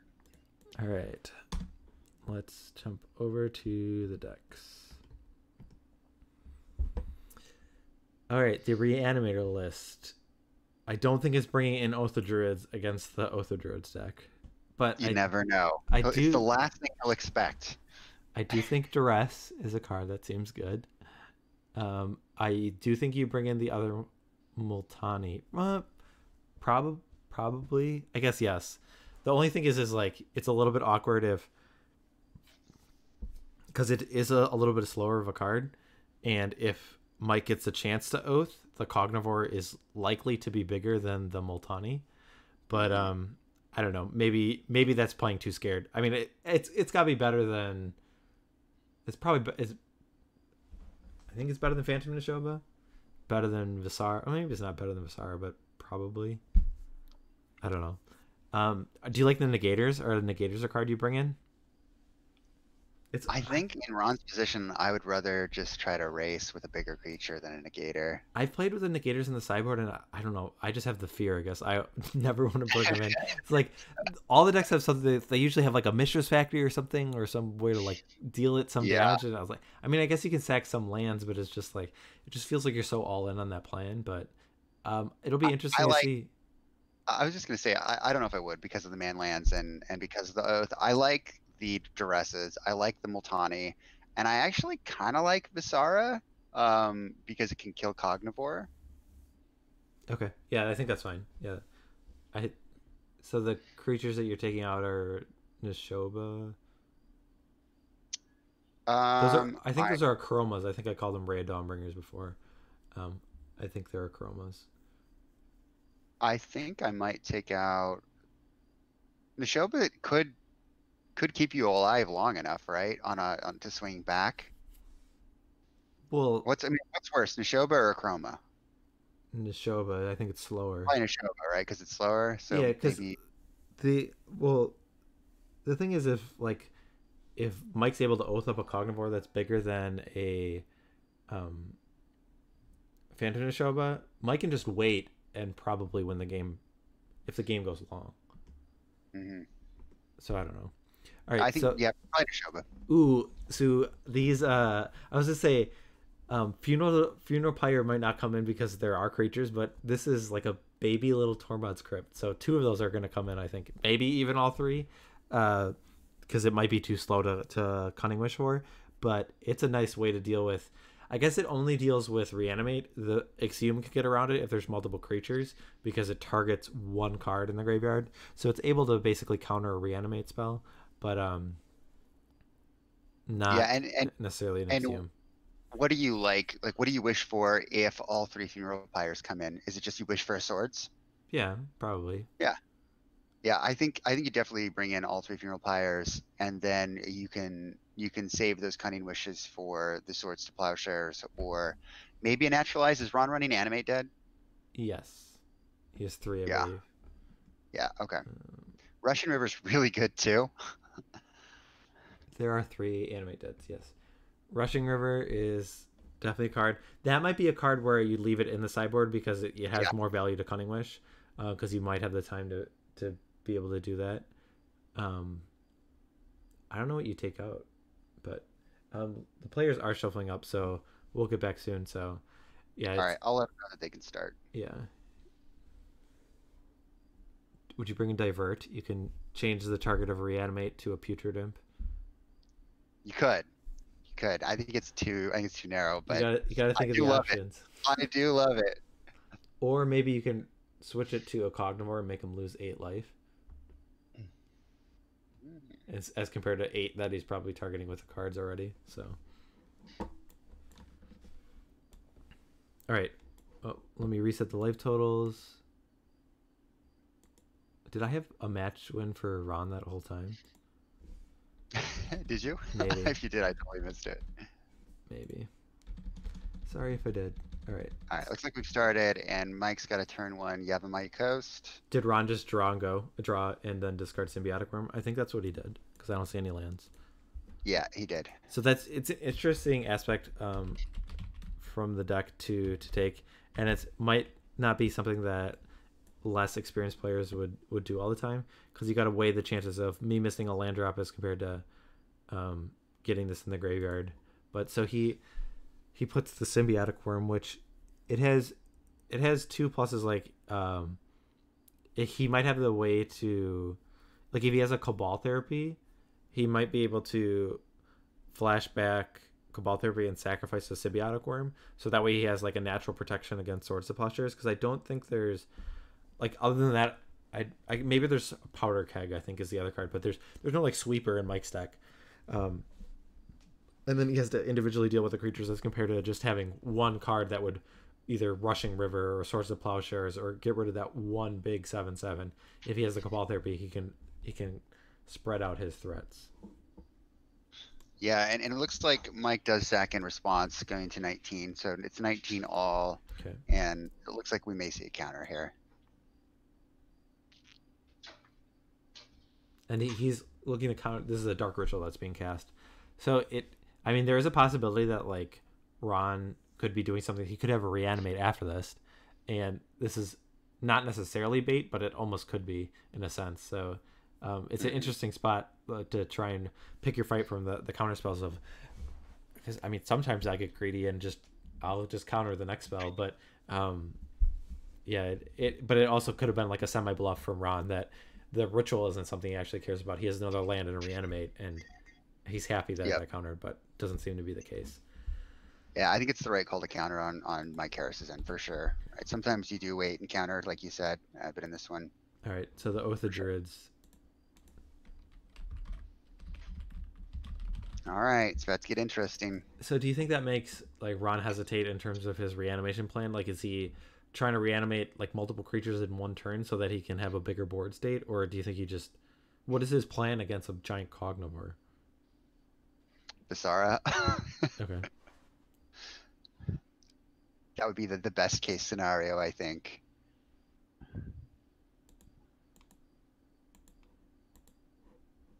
And Ron runs Worldly Tutor as well, so he could always try to Worldly Tutor for one if he doesn't have it, which he likely does not have it. Yeah, he still has to go through all the steps of discarding it and then reanimating it, and then it living in a turn. So that is kind of a lot of things to parlay, but especially against like a blue deck. And if you give it time, then like Cutting Wish comes into play and disrupts that plan in a lot of different ways. So this is kind of a tricky spot for Ron to figure out. So Sylvan Library, I think he took another damage to cast that. So it looks like Mike Harris is at 16. And, Robin in chat brings up a good point. The Cognivore doesn't always bring a giant hasty threat. Sometimes it doesn't hit Dragon Breath. Sometimes it's not big enough to kill in 2 turns. There's more variance with this Oath deck than you might think. Yeah, like it seems from this spot it's like kind of difficult to erase a 10-10, but especially if you are casting Reanimate, because that's going to deal you a bunch of damage. But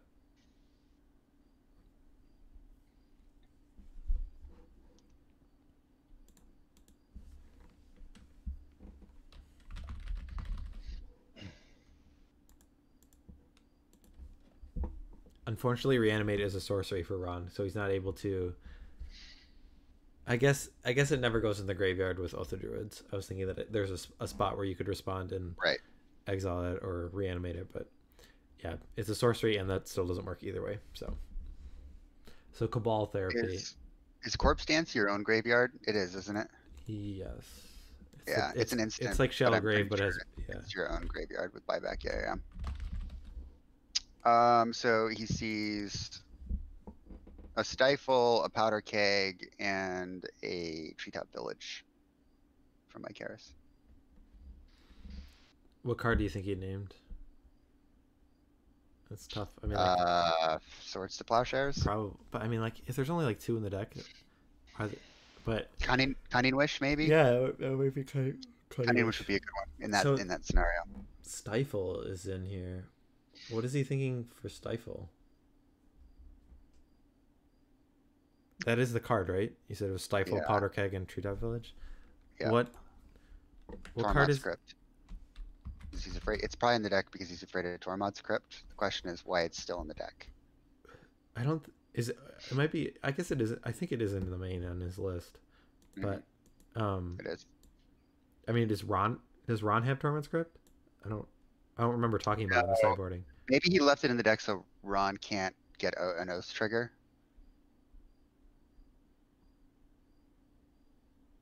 Yeah, but you would need to have 2 creatures in play for that to happen. Well, he's going to block with a Spirit, right? Oh, sure. Okay. That's my guess. I don't know if it's good enough to keep in or not, but that would be my reasoning if I were going to leave it in. Here comes the factory. Right. Ron's at 17, it looks like. I missed a couple points. I think he was casting. I think I missed one for the Dark Ritual and one for the Cabal Therapy.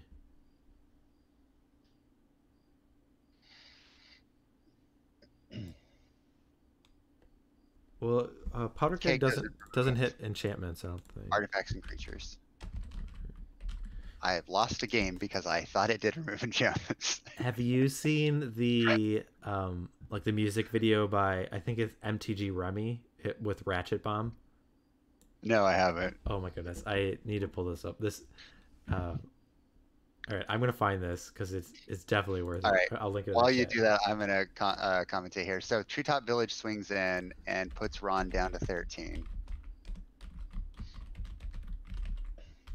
Yeah, I saw this guy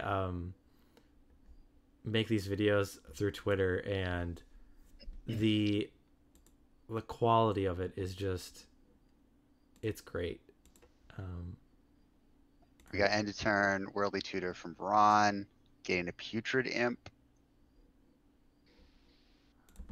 I don't know if this is the right way to share tweets, but let's see. Was this the one they were talking about on the Premodcast? The same person who does these videos? I don't remember the insight that you're talking about, but it probably. Can someone test that link and tell me if that goes to the tweet that I was intending it to? But yeah, he does it based on like famous songs. This one's based off of Stacy's mom, and I Ratchet Bomb, Stacy's mom. All right, yeah, I see it. It's very well done. All his content is really good. So Ron goes to 12. Okay. And he plays the imp, but it looks like it gets countered. That's interesting. Like, would you be countering a Putrid Imp as an Oath player? Wait, did it get countered? Did I miss that? I guess Looks like it did get countered, yeah. He sacked Cabal Therapy. It resolved and then he flashed back. Okay, he took Stifle. Got it. I was wondering about that.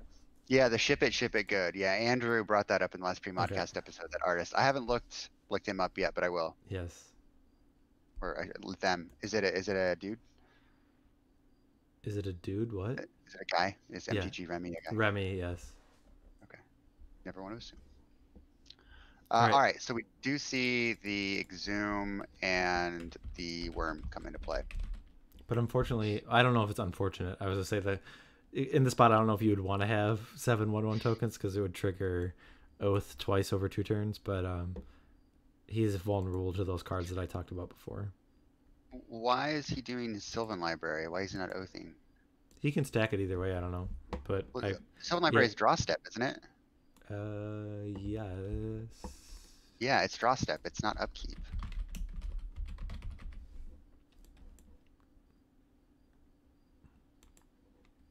Am I wrong about this, chat? During your draw phase. Yeah. I wonder if Ron realizes that. I don't know if Mike is hesitating because they're talking about it or if he's thinking about what he wants to do.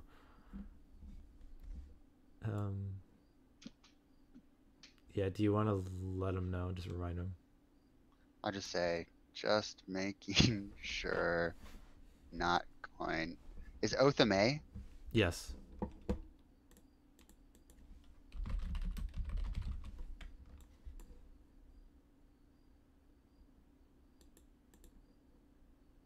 I know I've played against Oath and like hoped that I could mill them out, but it is a May ability.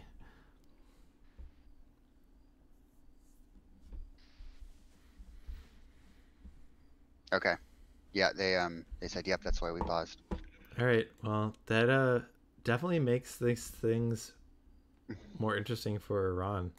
I mean, if there's no threat of, I mean, I guess like Mike always has the option. He has 3 different man lands that he can just throw under the 7/7.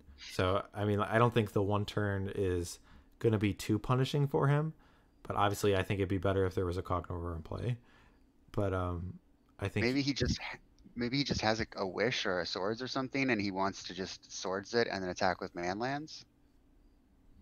I mean, given his body language that there was like a hesitation, I'm guessing no. I mean, I think I'm guessing that as well. I'm just trying to give him the benefit of the doubt. But I mean, if I don't know, I feel like I would just want the Cognivore in play and then just swords whatever other creature he gets. Like, what creature are you afraid of him oathing up? I guess, like, Multani's the only one you can't target. The Pterodon would remove lands, but I guess it could, in theory, take away your white source. Yeah, so he swings in with Conclave and puts Ron down to 9. Okay. I've not been good about the life totals this game. It's all right, I gotcha. All So right. Ron's thinking here. I mean, he's obviously going to swing in, right? Yeah. Yeah. You blocking with Mistress Factory? I mean, you actually have the option of just taking it too, because you're attacking back for what? 1, 2. You could attack if you just like oathed up a Cognivore and then attacked with all your lands. You're attacking for 4, 7. I mean that's a line. I don't know if it's necessarily the best line, but like, because are there any cards that Ron can deal with a Cognivore or like without, like a Visara is one, but I'm saying like at instant speed, not instant speed, but like on one turn. I don't think there is. So he's blocking. I guess. Yeah. So if you attacked for, no, because you wouldn't have lethal then. I mean, I think that's actually a line. Also, like putting Ron to 2 when he has 2 Cydia Brass in play is. He's oathing this turn. Yeah. All right, so there's a Dragon's Breath. All right, so he might just kill Ron right now. Because are there pieces of interaction that Ron has? I don't think he. I don't think so. Let's see what he's got here. And there are no instants in Ron's graveyard. Yeah, I was just gonna say. Oh, there's a Dark Ritual, right? Oh, that's right. There's one. I think this is just lethal. Yeah. All right. Yeah. Okay. So Ron scoops him up. Okay. Didn't matter. So we're going to game 3, folks. Cool. So yeah, the extra turn for Ron didn't make too much of a difference. So. Yeah. Robin points out he could also pump for 1. Yeah. There. It's a fire-breathing Cognivore. The scariest kind. So who do you like here in game 3 with Ron being on the play? What do you think, Michael? I mean, my gut is that the Cognivore deck is good against this Reanimator deck, but like I have said before that I think it's a little bit clunky, and there are opportunities for the Reanimator deck to. I mean, it almost just has to have a perfect hand then, though. Like it has to have a discard or like a card, like a Careful Study or something, or a Putrid Imp to discard the creature. It has to have a creature. It has to have a reanimation spell, and then it has to have a disruption element. So that's kind of asking for a lot, and it has to do that in a kind of a short window. Otherwise, Mike has more opportunities to interact with counter spells or Cunning Wish, which is just kind of a catch-all, which will help him at any point of the game in terms of preemptively doing something to counter a creature coming in play, or reactively, like with a Rushing River or a Swords to Plowshares. So I think I like the Cognivore deck. What are your thoughts? Yeah, I think you're right. Barring a God Hand from Ron, the Cognivore has a pretty good chance here. You know, to be fair to Ron, though, I think he doesn't necessarily have to do it turn 1. He could do it turn 2.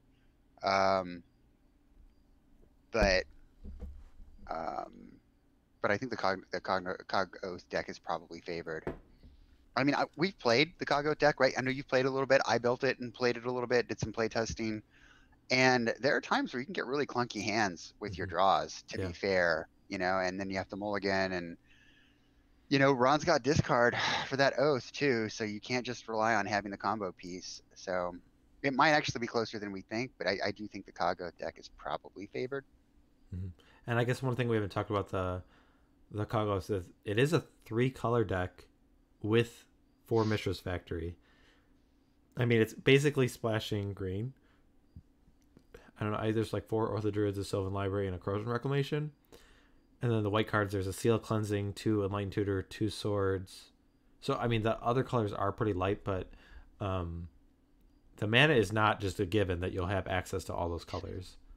Nope. So that's another factor that could come into play. I mean, I don't think there's... I mean, I guess Pterodon, That's what it's called, right? Pterodon? Petrodon. Petrodon. Petrodon. I'm sorry, I messed you up there. I called it a pterodon, but it is a petrodon. I think I was going to call it Pterodon anyways. You could just stifle. Just stifle that land removal. Yeah, that is a way that you could interact. There was some like combo I was trying to involve with this pterodon. I can't remember what it was.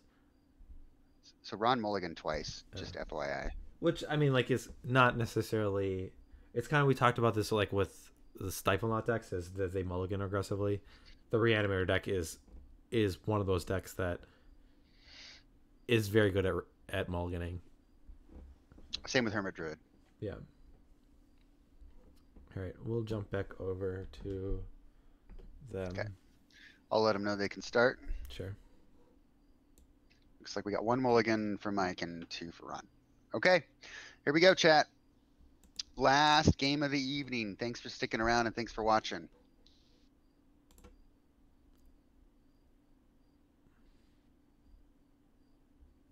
Oh, I missed a follow about 20 minutes ago. KVG Apex, thank you for the follow. Thank you. Yes. Welcome. All right, so turn 1 Duress reveals Oath of Druids, Stifle, Cunning Wish, and then Forest Island, Mishra's Factory. So quickly, Oath of Druids is selected. Ron had to take a damage to cast that Duress, but I think he's okay with that. Yeah, I think he'll survive.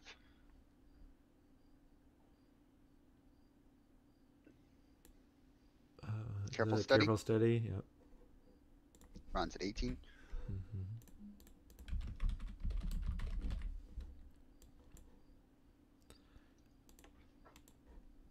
The cards he's discarding, one looked like a Neshoba. I couldn't tell what the card under it was.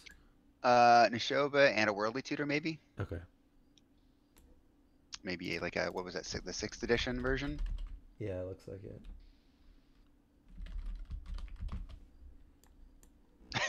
Elder Griffey's gonna root against Ron every time he plays Stasis, so rooting for Ron in this one. You got some support, Ron. All right. Yeah, take your opportunity to root for him when you can, because I don't know. I think Stasis is a pretty solid deck to play. It's kind of close to the Rock in the sense where I feel like it interacts with a lot of decks, and it's really good against blue-white Landstill. So. Positive reinforcement. Positive reinforcement indeed. You got to differentially reinforce the behaviors that are incompatible with the behaviors you don't want to see. So you don't want to see Stasis, so you got to root for Ron every time he's not playing Stasis. I was typing in Animate Dead when I was talking, and I typed in Animate Rock. What do you think the card Animate Rock would do? It's got to be some kind of like animate wall effect, right? It's like maybe it's like the poor person's animate wall. I was just thinking, like, do you know what the card Ensoul Artifact is? Does that turn an artifact into an artifact creature? Yeah. Based on its casting cost? It turns into a 5/5. Oh, that's the newer one that has like the scissors or whatever it is on it. Yeah. It's like 1 blue or something. So that's kind of what Ensoul Art. This is Animate Scissors, and then Animate Rock is my other card. All right, back to the game. Sorry, everybody. Here we go. Game. A connection with Phantom Neshoba will change life totals a lot. So it normally has 7 power, but it is 1 less because of the Animate Dead. So 6 damage went to Mike. So Mike's at 14, Ron's at 23. Good question in chat. Can you stifle the Animate Dead trigger? I believe so. Animate Dead. Let me bring up like a 4th edition version.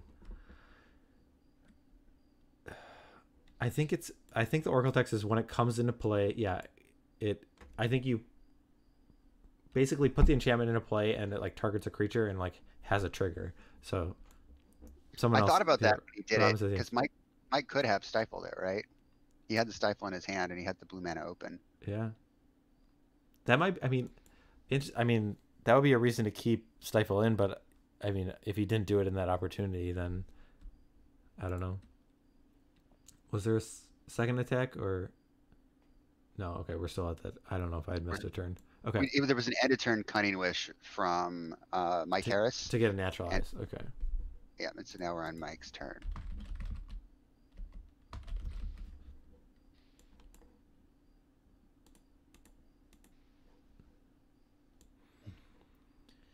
It's very good that Naturalized was able to sneak its way into Premodern, because it's been reprinted a bunch of times after that. But Onslaught Yeah, was Onslaught was the first. the last block, and yeah, this was the first printing of Naturalized, and I think it's a really important card for green to have. It's funny because you just think of it so much like it just feels like a green card based on what we think of green nowadays, and it green didn't have access to this.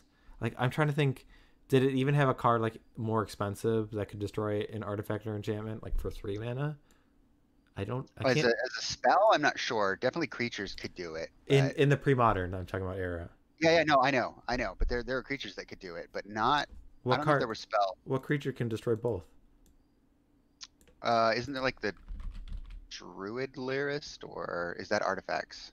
Lyrist is enchantment, Scavenger Focus artifact, but it's Scavenger Focus artifact. Okay. Creeping Mold. okay. Creeping Mold. So it did have one. I remember back when it was printed, I was angry because I was like, green's not supposed to have a disenchant. I was an old man even back then, folks. Merchant Scroll is a card that Mike cast. His version looks much. Look how red his version looks compared to the one that I have up on screen. The art. I think it's counterfeit. The $3 counterfeit. Oh my goodness, Mike Harris. Shame. It feels kind of awkward, like merchant scrolling for Lotnum's Legacy. We talked about being clunky, and that like definitely I feel like is a definition of clunky. Yes, Mike Arnold in chat. 4 mana sorcery. Yep. Visions originally was Visions Creeping Mold, or was it Mirage? I think it was Visions. Could be wrong. I think it was. Oh, it was not Mirage. I didn't think it was Visions though. I think it's Visions. Oh, it is Visions. All right. Haha. All right, so he plays another Animate Dead. Okay, so he took. He goes down to 22. All right. There's no opportunity to stifle here, so the mana is tapped out. Yeah.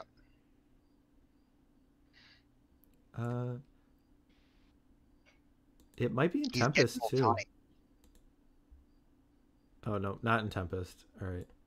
It was. I mean, it was printed a bunch. I think it was like in. Might have been in 5th edition. Yeah, I think it's in 5th. But I think it was originally Visions. Okay, so Multani here. So just looking to keep his creature protected. Not in 5th. Not as wrong as activating Druid on upkeep with 1 mana up. That's fair, Mike. You know, tough beat. It happens.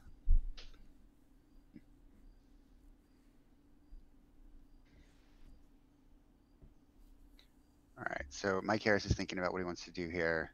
So how big is that Multani? I don't know. I can't. It's whatever the number of the cards in hand -1. So I don't need. So Ron's got 4 in hand.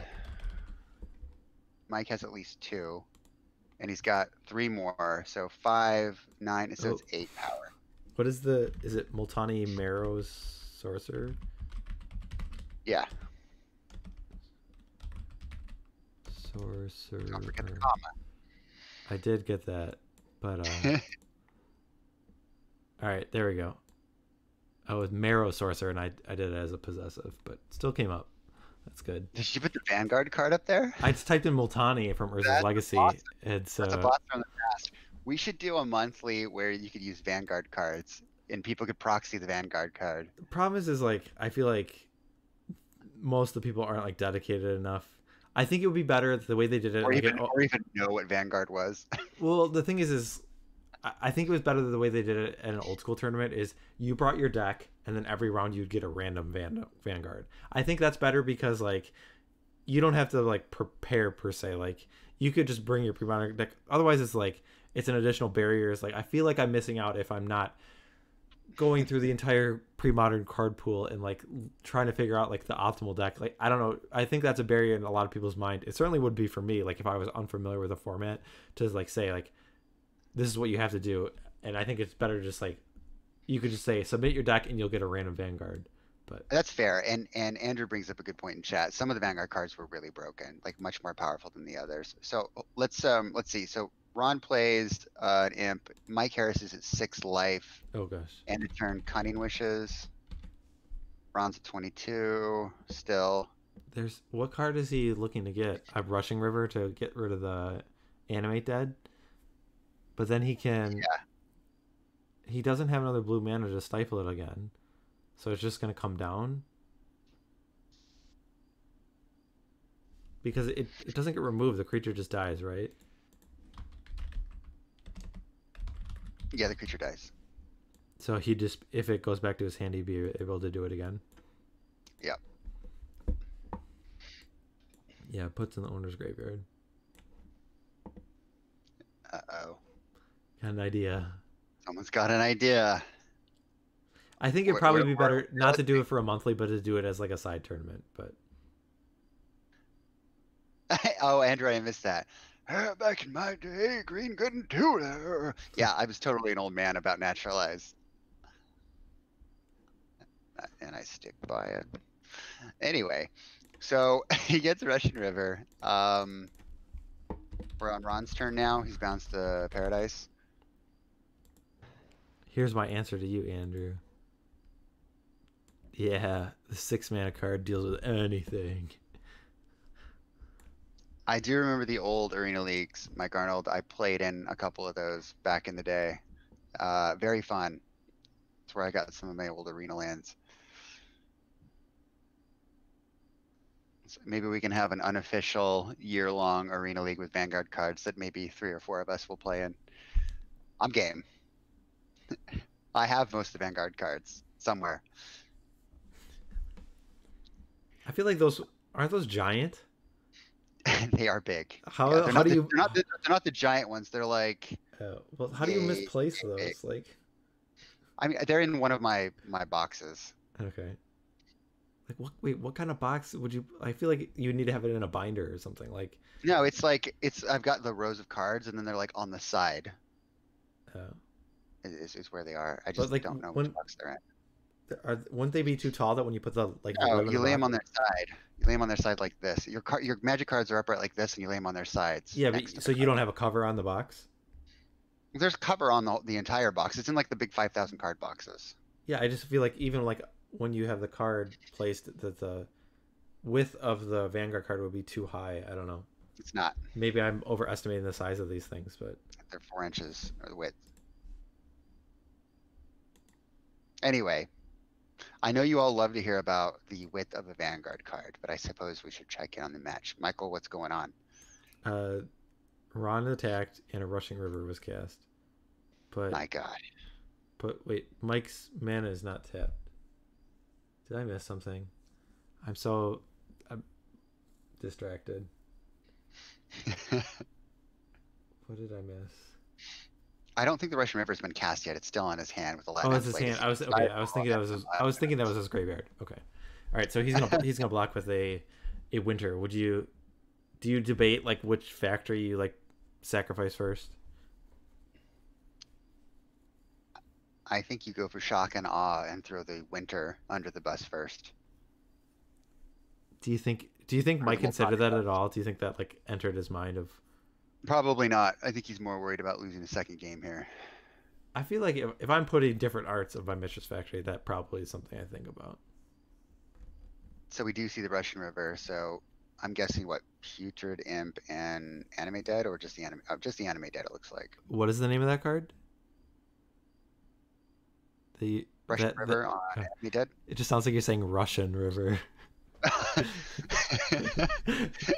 We will take out your Animate Dead. I do not know any of the Russian rivers, but There will be no animation against Mother Russia.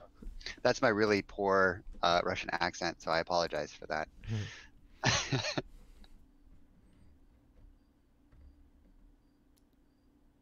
So what are we thinking about? So there's some thinking, some discussion. What are we missing here? I don't know what we're discussing. Maybe like when in the combat step he did it? Does it matter? I don't think so, unless he went to damage first. Oh, maybe it matters for Threshold. Is that the 7th card? 1, 2, 3.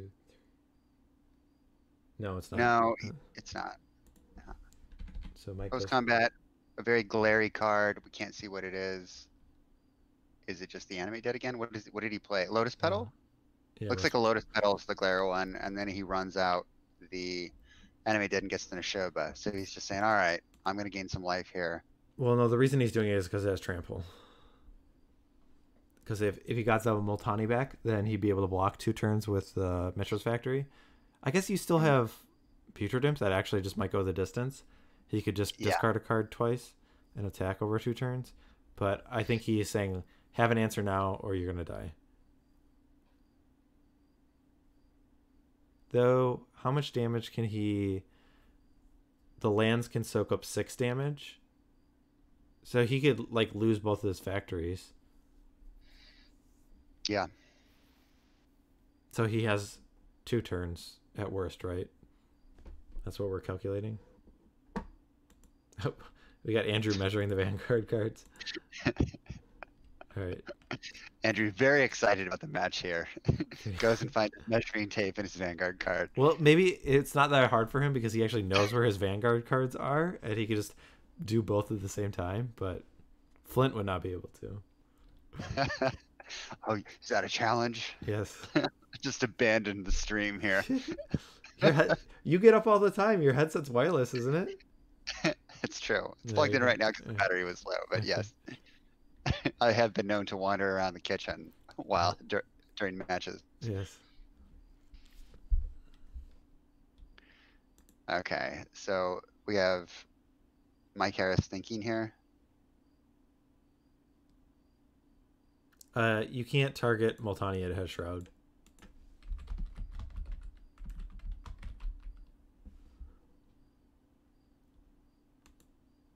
Someone was asking why the creature wasn't targeted instead of the animate dead. Yep. The old Shroudski. It'd be interesting if there was a spot where... Also, like, how big was the Multani? I guess that's the other thing is, like... It's pretty big. Bigger than but- 6/6? Maybe. Mike does have a lot of cards in his hand. So Ron is swinging in. He does give the Putrid Imp flying. Mike It looks like is he's blocking. activating Yep. both and popping. Yeah. But yeah, there might be a spot where like Mike's line could be to try and have a total of 6 cards in hand and then double block with the Mistress Factory, and then because the Multani would be a 5/6, he might be able to trade 1 factory for the Multani. But interesting. Not an angle I considered it because it doesn't look like Mike has that many cards in hand, and Putrid Imp wouldn't be able to get flying without discarding a card, so it actually would have been a reasonable situation to try it. Like, I mean, it would have been a line to take, I think, from Mike's perspective. Yeah, Sure. if he would have had blue, then yeah, the animate dead. Though, this game, he had the opportunity to stifle an animate dead trigger, and he didn't do it before, so Mike might not be aware of that interaction, even if he did have that mana. Yeah, I was thinking that as well. And chat, because you're not privy to our Premodern Showdown series group chat, Andrew just messaged us some pictures of his Vanguard cards. So he's flexing on our Premodern Showdown series chat. So thank you for those, Andrew. All right, so Exhume comes out, and that gets Multani Marrow Sorcerer. So there's a lot of cards that Mike needs to deal with, and I don't think he can do It's looking anything. a little rough for Mike. So it looks like we were wrong on our prediction, but Reanimator found a way.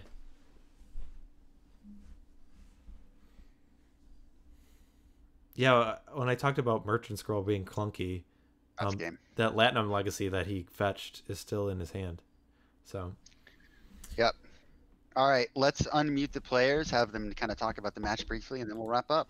okay. Right.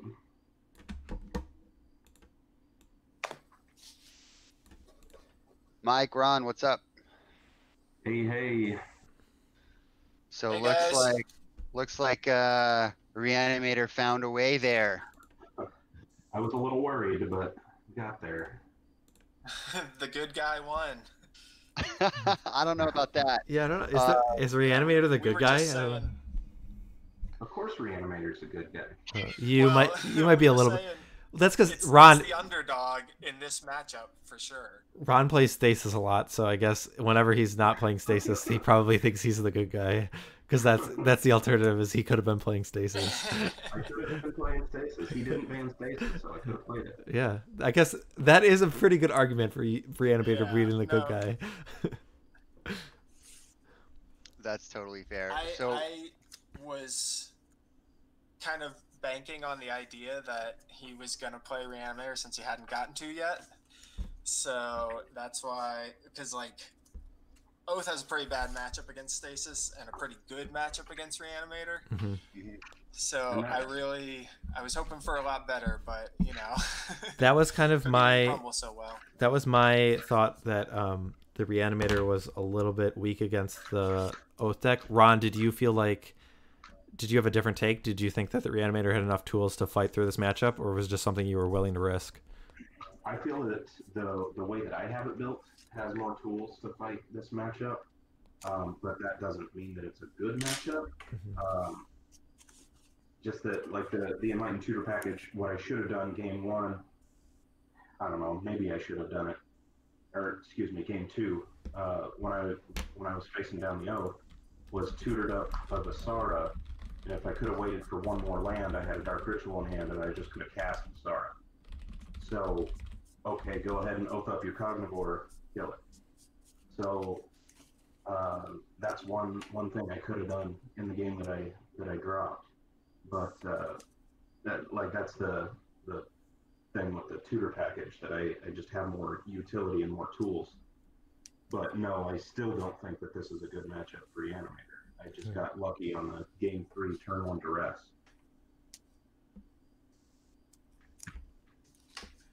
Yeah, there was that, and I was telling him also the fact that I was had no white mana was really a major factor, because then I Cunning Wish for swords or Funeral Pyre. So that was a big problem. The other problem was just being mana screwed in general, being stuck on 4 lands and only one of them producing blue. Sure. Because I couldn't use that extra mana to cast draw spells and try and draw into outs.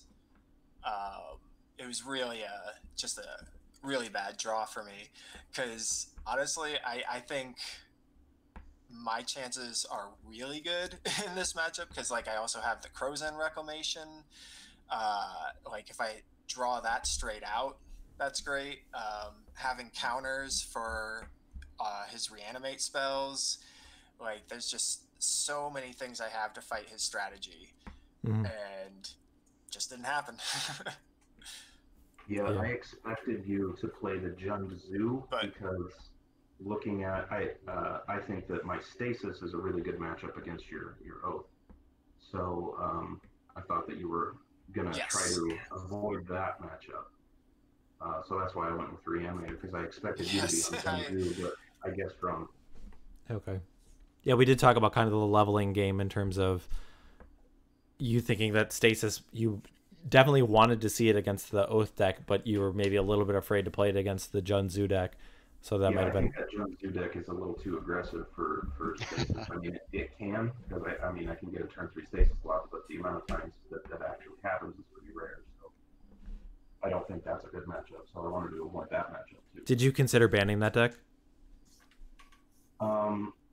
I did, but I just felt that the Wugnot had at least a 50% chance against pretty much all 3 of my decks, and it's a bad matchup for Reanimator, and it's a pretty good matchup for Stasis because of all of my Chain of Vapors and all that. Okay. But I felt that the Wugnot had at least a 50% matchup against all 3 of my decks, so that's why I banned that one.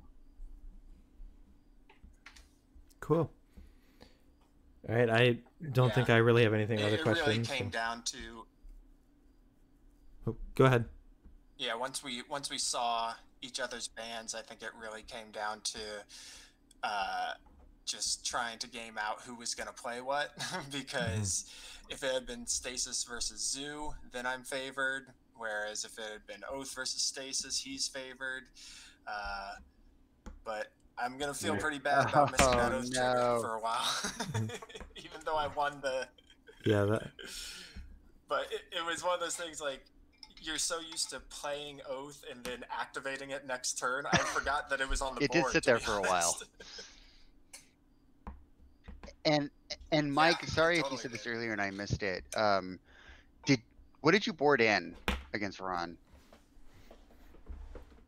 Oh, I boarded in 2 of the 3 funeral pyres because, like, not only do they get rid of the various things that he might try and reanimate, but also he can play the game where he just doesn't play a creature for a while, so it's better just to have him in. But also I have some dead cards against him, like I took out the Seal of Cleansing. He does kill animate dead. Does absolutely nothing. And that's true, which actually came up. But I was thinking, you know, of his, 12 reanimate spells? You know, it hits 4 of them. I guess in retrospect, yeah, maybe I should have left it in. Yeah. Yeah, 3 out of 11. But, you know, then I also have the play I made, which is Cunning Wish for a Naturalize. Yeah, we were wondering. Anyway. We were wondering if you were going to bring in all 3 because you might want a Cunning Wish for a Naturalize, a Swords to Plowshares, or a Rushing River. Bringing all the 3 funeral pyres is what he was saying. Yeah, that's actually. Yeah, that's not a bad call. Maybe it is the right move. I just always kind of want to leave 1 wishable, because it is just so good. It's kind of the same theory behind having 2 Stifles main 1 board and 2 Swords main 1 board. And I almost never bring the 3rd one in, because by having it wishable, you basically have 6 copies, as opposed to bringing yourself up to 3 copies. I mean, that's fair. That's totally fair. Yeah. I mean, his deck is so fast, though, that maybe there is something to be said for being able to cast it, you know, 2nd turn. Because, like, Wish is amazing, but against a fast deck like this, it can just be too slow.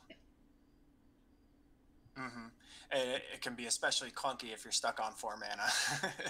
Oh, yeah. Well, thanks again, guys. I think that's most of the questions that we had. So congratulations, Ron. Mike, best of luck next week. Michael, do you have anything else you wanted to add? Yeah, well, not for these 2. I'm going to go over schedule and standings, and then go over get to the no All right, players. Get out of here, you two. Have a good night. Have a good night. Good game. Bye, guys. All right.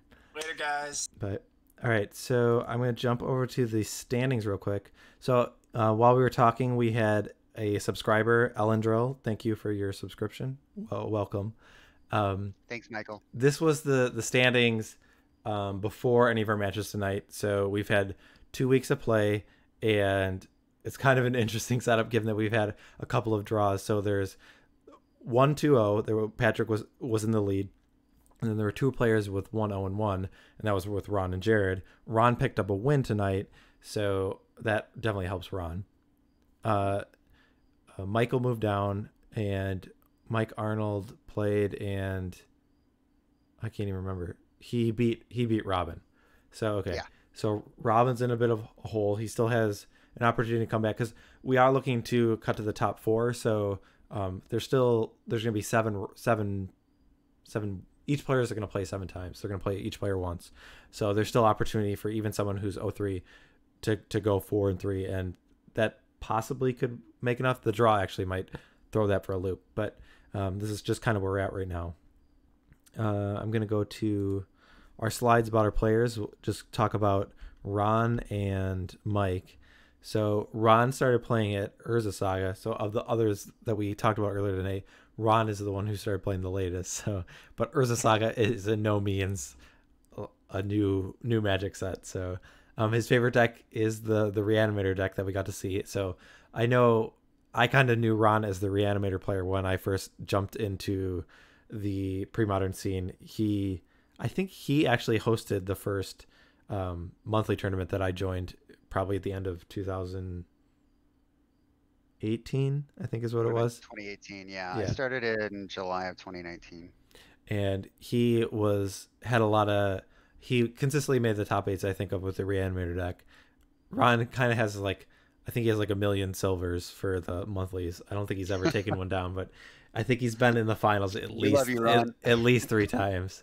So his favorite thing about Premodern is the depth of play, which is cool. I do like that. I mean, kind of going off that is, I think I may have talked about this on stream before, but the threats just don't end the game as quickly as they do in Modern Magic, and that allows for some counterplay to what your opponent does a lot of the time. So like a deck like Reanimator, you get to do your thing, but then you still have to attack 3 or 4 times to kill them. So when in Modern Magic, you probably die a lot quicker. Exactly, and that is one thing that I think a lot of pre-modern players will tout about the format, is just the fact that you can't draw a card off the top of your deck most of the time that's just going to completely swing the game in the other direction. Like, certainly there are outs and things like that, but so many cards in the modern era are just so powerful, so many planeswalkers, that you draw it and it just completely turns the table. So many of these matches, in my opinion, admittedly biased, are really dependent on thinking about lines of play and grinding out, and it's much more interactive. All right, we're gonna see how uncultured I am. The favorite food of Ron is coq au vin avec crudité et escargot. I don't know how close I was. That's a French dish. Do you know what that is? I can't pronounce it, but it's chicken cooked in wine with snails, escargot snail. Yeah. So I think Ron might be trying to be a little cheeky here and just mentioning something that's very fancy, but who knows? Maybe it is his actual favorite dish. Yeah, I don't know. I mean, I wouldn't put it past him if that is him being facetious, but yeah, I looked it up. Yeah, it's almost kind of like a soup in a sense, with like that wine sauce, at least from the pictures that I saw. But yeah, a chicken base, and then escargot would have snails added in it. His favorite music genre is death metal and dubstep. Nice. I'm not familiar with bands. I can't tell you death. Well, I guess I don't know what classifies as like a death metal, but I always think of like the heavy screaming stuff. So I don't know. I don't know if like, maybe it's heavy metal. Heavy metal is probably not the same as death metal, I guess. No, and I can't spout the difference off the top of my head, but there's death metal, there's black metal.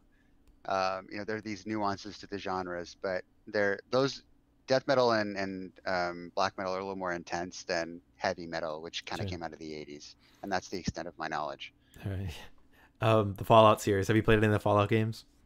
Oh yes, I played Fallout 1, 2, 3, and 4. Actually, I love the Fallout series. Fallout 3 is my personal favorite, but to each their own. Yeah. His most memorable game, this is kind of funny knowing the decks that Ron's played. He said, first PTQ I won playing Suicide Black against Reanimator in Old Extended. And I know Ron is one to champion both of those decks in Premodern. So it's kind of funny the way that works out. Going over to Mike, he started playing in Revise. So again, another old timer. I guess I was asking about the date of Revise before. It was at least in 1994. It was 94. Someone commented in chat. It was April of 94. Okay. And I think I've said this probably every time I talk about Mike's deck, but Stifle Knot is kind of what Mike's known for. That is his favorite pre-modern deck. Absolutely. He enjoys nostalgia, which I think all of us, especially the ones that have played for so long, that's a big part of it. But playing the closest format to his heyday. So it's always good to relive. I mean, Magic's always more fun when you win. So like looking back on the times where you felt like you were ahead of the curve is always good to relive. His favorite food is sushi. I'm trying to think. I feel like the first time I had sushi was probably, I'm sure it was when I was playing Magic, but I grew up, my parents were not very adventurous food people, and like raw fish was not something that they would try out. So I always had this like in my mind that it would be very fishy and whatnot, and if you haven't tried sushi, you should try it. I mean, I really love sushi. Wisconsin boy here talking about sushi. Yeah, well, I haven't had it that many times, but I like grocery store sushi. Like I go to Pick and Save and I like sushi. So I don't know. I like any kind of sushi now. His favorite music genre is folk rock. I can't add very much to that. I guess I feel like I'm not very good with adding stuff on music genres lately. So Just not cultured. yes, You gotta step up your music game, Michael. yeah, I listen to a lot of pop and I listen to a lot of Disney soundtracks because of my kids. So Hey, so makes sense. Makes sense. You and Michael Arnold could rock out yes. to some Disney soundtracks. Street Fighter 2 is his favorite video game, so I have that. But I guess most of my exposure to that is because I got the Super Nintendo. What do they call it? Like when they resold it as like the mini one, classic. I don't SNES Classic or something. I think is what they call it. Yeah, the SNES Classic. And that's Street Fighter 2 Turbo or something is on there. That game is so unforgiving. Like I played on like one of the easier level of the computers, and I like could not even beat it. It was funny because it's like usually in new games they kind of walk you through, or like the easiest level is just a cakewalk, but here like I'm starting on the easiest level and I can't even like block. Like they were relentless. Like they kept like shooting like the blue fireball, like Rio or whatever. It's just like Hadouken. yeah, and you just like over and over it, and like you had to. I like could not block very well, and like it's near impossible to jump over, at least with my timing, and I was just getting rocked by that. So that game. So I will say that is arguably the most iconic fighting game ever made. Mortal Kombat was soon to follow, which is also iconic in its own right. And for those of you who are interested in learning more about its development, I mean, not that we have to plug anything, but there's a new series on Netflix called High Score that talks about the history of some of the more iconic video games and movements in video game history that kind of started it. And there's an episode where they talk about Street Fighter 2 and how much of a splash that game made. And it's pretty cool. So check it out if you're bored in the pandemic world. And Mike's favorite magic memory or memorable game is 2 flying worms in Blue Green's Quiet Speculation and Odyssey block for a PTQ top 8. So I'm presuming that they're flying because of Wonder. Yep. It could be. I mean, it could be. Oh, does Defy Gravity give it flying or make it lose flying? Because that's a card that has flashback. It's Wonder. It's Wonder is the. It's got to be a Wonder in the graveyard with the Roaring Worm is what probably happened there. Maybe Arrogant Worm, but even better if it's that's Roar true. of the Worm. I assumed it was Roar of the Worm, especially because he said Quiet Speculation. But I know when I first started playing, it was two roars is what Mike confirms. Yeah, I know when I first started playing. Nice. So the Wonder has the Tombstone card on it. And that was released in Judgment, so that was the last of the Odyssey block. And because previously in the other sets, flashback was only on spells. I mean, it still is, but they had the Tombstone only on the spells. And there was a pre-constructed deck. I think it was the red-black one. And in the rules insert, it talked about saying like flashback spells are like they're shown by this Tombstone icon. So when I got some of the Wonder cards, I'm like, well, here it says in this that like cards with flashback have the Tombstone card or have a Tombstone icon, and clearly Wonder has this Tombstone icon. So I would like tutor up Wonder with my Quiet Speculation.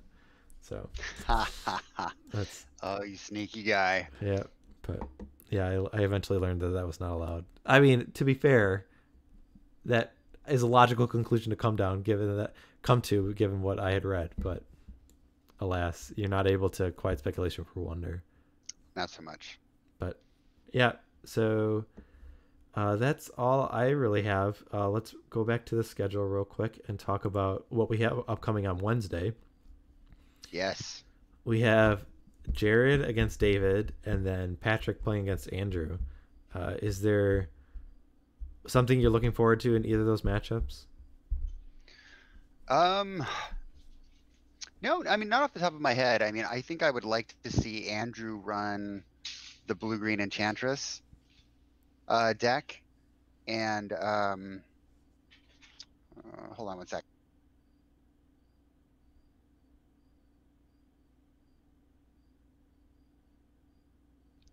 Sorry, I was just going to say I want to see Andrew run the blue-green Enchantress deck for sure.